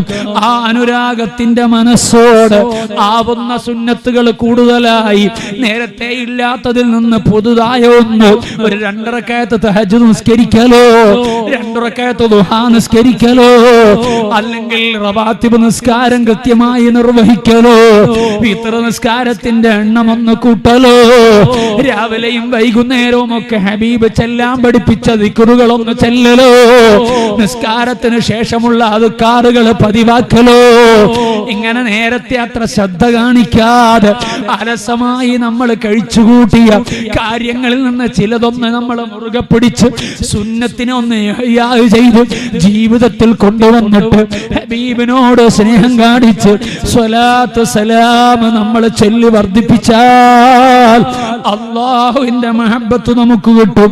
അവൻ നമുക്ക് പാപങ്ങൾ പുറത്തു തരും. അത് പരിശുദ്ധ ഖുർആൻ ഓർമ്മപ്പെടുത്തിയതാണ്. അതുകൊണ്ട് ഉമ്മമാരെ, രക്ഷിതാക്കളെ, ചെറുപ്പക്കാരെ, ഇനിയുള്ളതിന് രാത്രങ്ങളിൽ ഒരുപാട് സ്വലാത്ത് ചൊല്ലണം, ഒരുപാട് സലാം വർദ്ധിപ്പിക്കണം. അങ്ങനെ വർദ്ധിപ്പിച്ച് ഹബീബിലേക്ക് കൽബ് ലയിപ്പിക്കണം. ആ നിലക്ക് കൽബ് ലയിച്ച് കിട്ടിയാൽ വലിയ സന്തോഷമാണ്. എപ്പോഴാണ് നമ്മൾ പിരിയേണ്ടതെന്നറിയില്ല. പിരിച്ചിലിന്റെ സമയത്ത് കൈപിടിക്കാൻ ഒരാൾ വേണം. അത് ദുനിയാവിലെ ഒരാളും നമുക്ക് ലഭിക്കൂല. അവിടെ കൈപിടിക്കാനുണ്ടാകുന്നത് ഹബീബായ അഷ്റഫുൽ ഖൽഖ് മുഹമ്മദുർ റസൂലുള്ളാഹി സ്വല്ലല്ലാഹു അലൈഹി വസല്ലം തങ്ങളാണ്. ഓ സഹോദരാ, നമ്മുടെ ഈ വേദി ആരുടെ പേരിലാണ്? പ്രിയപ്പെട്ട ഹബീബ് സുഹൈൽ കുട്ടമശ്ശേരിയുടെ പേരിലല്ലയോ? നമ്മുടെ കൂടെ ഉണ്ടായിരുന്ന ഒരു സെക്ടറിന്റെ ഭാരവാഹിയല്ലയോ? ഈ പ്രസ്ഥാനത്തിന് വേണ്ടി കഠിനാധ്വാനം ചെയ്ത കൂട്ടുകാരനല്ലയോ? അവൻ ഇവിടെയും ഈ മജ്ലിസിലും ഉണ്ടാകേണ്ടവനായിരുന്നില്ലേ? ഈ സെക്ടർ പരിധിയിൽ ജില്ലാ സാഹിത്യോത്സവം നടക്കുമ്പോ ഓടി നടക്കേണ്ട കൂട്ടുകാരനായിരുന്നില്ലേ?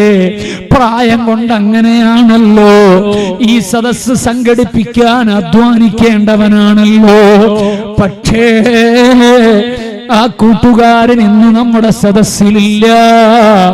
പ്രായമെത്തിയിട്ട് പോയതല്ല, നമ്മുടെ ധാരണ പ്രകാരമല്ലല്ലോ. അള്ളാഹു തീരുമാനിച്ച സമയം വന്നപ്പോൾ തിരിച്ചു വിളിച്ചതാണ്. ആ ഹബീബ് ആരുടെ മണ്ണിലാണ്? അള്ളാഹുവേ, ആ ഖബറിലേക്ക് ഈ സദസ്സ് സന്തോഷമായി ഹദിയയായി എത്തിക്കണേ അല്ലാഹ്. അവർക്ക് ഈനാസായി എത്തിക്കണം അല്ലാഹ്. സുഹൈലിനെ ഓർമ്മിച്ചത് എന്തിനാണ്? മരണപ്പെടും വരാമെന്ന ആലോചനക്കാണ്. നിനക്കാതെ മരണം വന്ന് സ്വീകരിച്ചു പോയ ഒട്ടനവധി കൂട്ടുകാരുടെ പ്രതീകമാണ് സുഹൈൽ എന്ന കൂട്ടുകാരൻ. ആ കൂട്ടുകാരനെ മനസ്സിൽ ഓർമ്മിക്കുമ്പോ അതേ 40 കഴിഞ്ഞ് എനിക്ക് ബേജാറാണ്. നിങ്ങൾക്ക് പലർക്കും ബേജാറാണ് ഉണ്ടാകേണ്ടത്. ആയുസ് എങ്ങനെ തീരുന്നു? അമലുകളില്ല, സമ്പാദ്യങ്ങളൊന്നും ഒരുക്കി വെച്ചിട്ടില്ല. എപ്പോഴാണ് പോകേണ്ടതെന്നും അറിയില്ല. വിളിക്കുമ്പോൾ പോകാതിരിക്കാൻ നിവൃത്തിയില്ല. ആ വിളി വന്നാൽ സന്തോഷത്തോടെ ഒന്ന് തിരിച്ചു നടക്കണം. അവിടെ സ്വീകരിക്കാൻ ആള് വേണം. ആളിനെ ആഗ്രഹിക്കുന്ന സഹോദരങ്ങളെ, അവിടെ ഒരവലംബമേ ഉള്ളൂ. ഹബീബായ അഷ്റഫുൽ ഖൽഖ് മുഹമ്മദുർ റസൂലുള്ളാഹി സ്വല്ലല്ലാഹു അലൈഹി വസല്ലം തങ്ങളെ ഒരുപാട് ആ തങ്ങളെ കൽബ് കൊണ്ട് കണ്ട് മദീനയിലേക്ക് എല്ലാ ദിവസവും സ്വലാത്തും സ്വലാമും ചൊല്ലണം. ഈ സദസ്സിലൊരു സ്വലാമു ചൊല്ലി നമുക്ക് ദുആ ചെയ്ത് പിരിയാമല്ലോ. മദീന മനസ്സിലുണ്ടോ? പച്ചക്കുമ്പക്ക് താഴെ ലോകത്തിന്റെ നേതാവ് അന്തിയുറങ്ങുകയാണല്ലോ. ഹുജറത്തു ശരീഫയിൽ ഈ സദസ്സു കണ്ട ലോകത്തിന്റെ നേതാവ് കിടക്കുന്നുണ്ടല്ലോ. ആ ഹബീബിന്റെ റഹ്മത്തിന്റെ നോട്ടമുള്ള മജ്‌ലിസാക്കി അല്ലാഹുവേ ഈ മജ്‌ലിസിനെ നീ ഖബൂൽ ചെയ്യണേ അല്ലാ. ഓ സഹോദരങ്ങളെ, യാ ഖൈറ മൻ ദുഫിനത് ബിൽഖാഇ അളമുഹു ഫത്വാബ മിൻ തീബിഹിൻ നൽഖാഉ വലകമു നഫ്സിൽ ഫിദാഉൽ ലിഖാബ് ഇന്നന്ത സകീനുഹു ഫീഹിൽ അഫാഫു വഫീ الجود والكرم.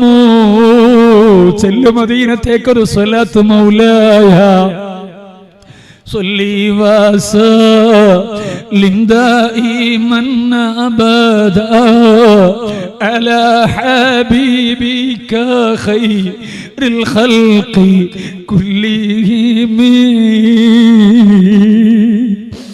അവിടുന്ന് കിടക്കുന്ന ഇടം ശ്രേഷ്ഠമാണ്. ആ ശരീരം ചേർന്ന് നിൽക്കുന്ന മണൽത്തരികൾ പ്രൗഢമാണ്. കഅബാലയം നിൽക്കുന്ന സ്ഥലത്തെക്കാൾ വിശുദ്ധമാണ്. ആ മണ്ണിൽ കിടക്കുന്ന നേതാവ് ചില്ലറക്കാരനല്ല. അതോടെ നമ്മുടെ മനസ്സിലെ മദീനയിലെ ഹുജറത്തു ശരീഫയുടെ പരിസരത്ത് കൊണ്ടുവെക്കുമോ? കൽബ് കൊണ്ട് കാണുമോ? ഉമ്മത്തിനെ നിരീക്ഷിച്ചു കിടക്കുന്ന നേതാവുണ്ട്.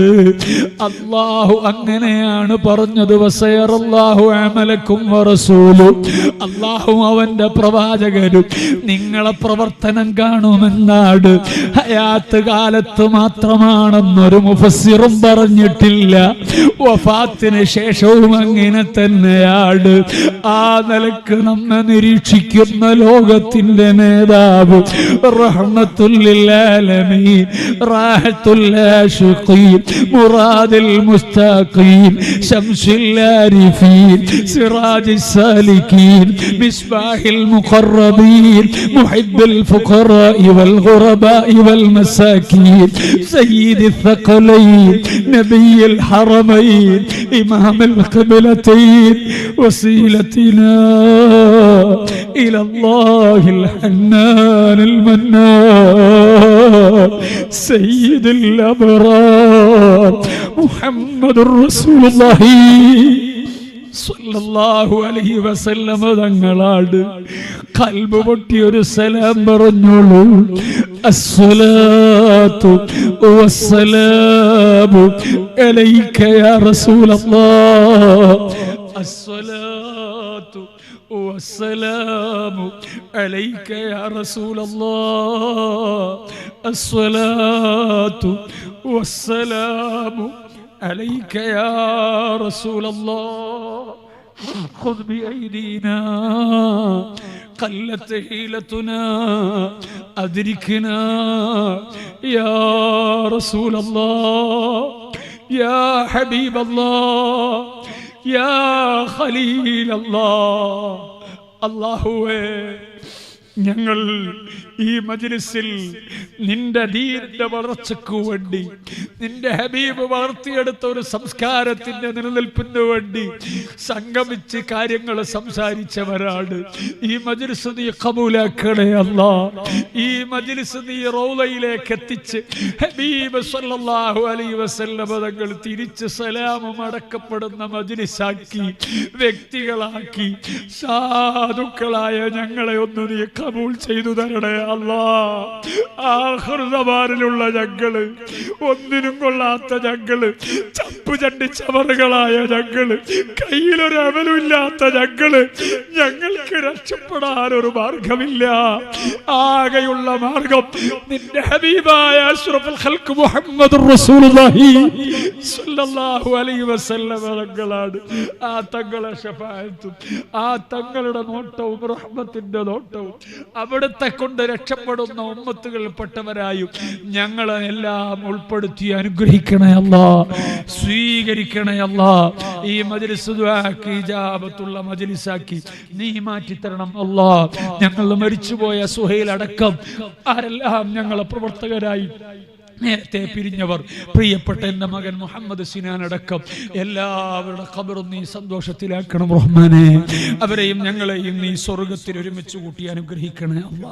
എല്ലാവരും കുറച്ച് സ്വലാത്തിൽ എന്ന സമയത്ത് മുത്തുനബി സല്ലല്ലാഹു അലൈഹി വസല്ലം ഞങ്ങൾ ഇഷ്ടം പൊരുത്തും എനിക്ക് കിട്ടണം എന്ന് മനസ്സുകൊണ്ട് നിയ്യത്താക്കിയിട്ട് നല്ല ഒരു സംഭാവന എല്ലാവരും സാധുവായ എൻ്റെ കയ്യിൽ കൊണ്ടു തന്നാൽ വലിയ സന്തോഷമാണ്. അള്ളാഹു നമ്മുടെ മജ്ലിസ് ഖബൂൽ ചെയ്തു തരുമാറാവട്ടെ. ആമീനൊന്ന് ദുആ ചെയ്ത് ഇൻഷാ അല്ലാഹ് ഒരു 11 സ്വലാത്ത് ഇല്ല. ആ സ്വലാത്തിൽ നിന്ന സമയത്ത് എല്ലാവരും എന്ത് ചെയ്യാന്ന് പറഞ്ഞാൽ ഒരു നല്ല സംഭാവന കൊണ്ടുതരാം.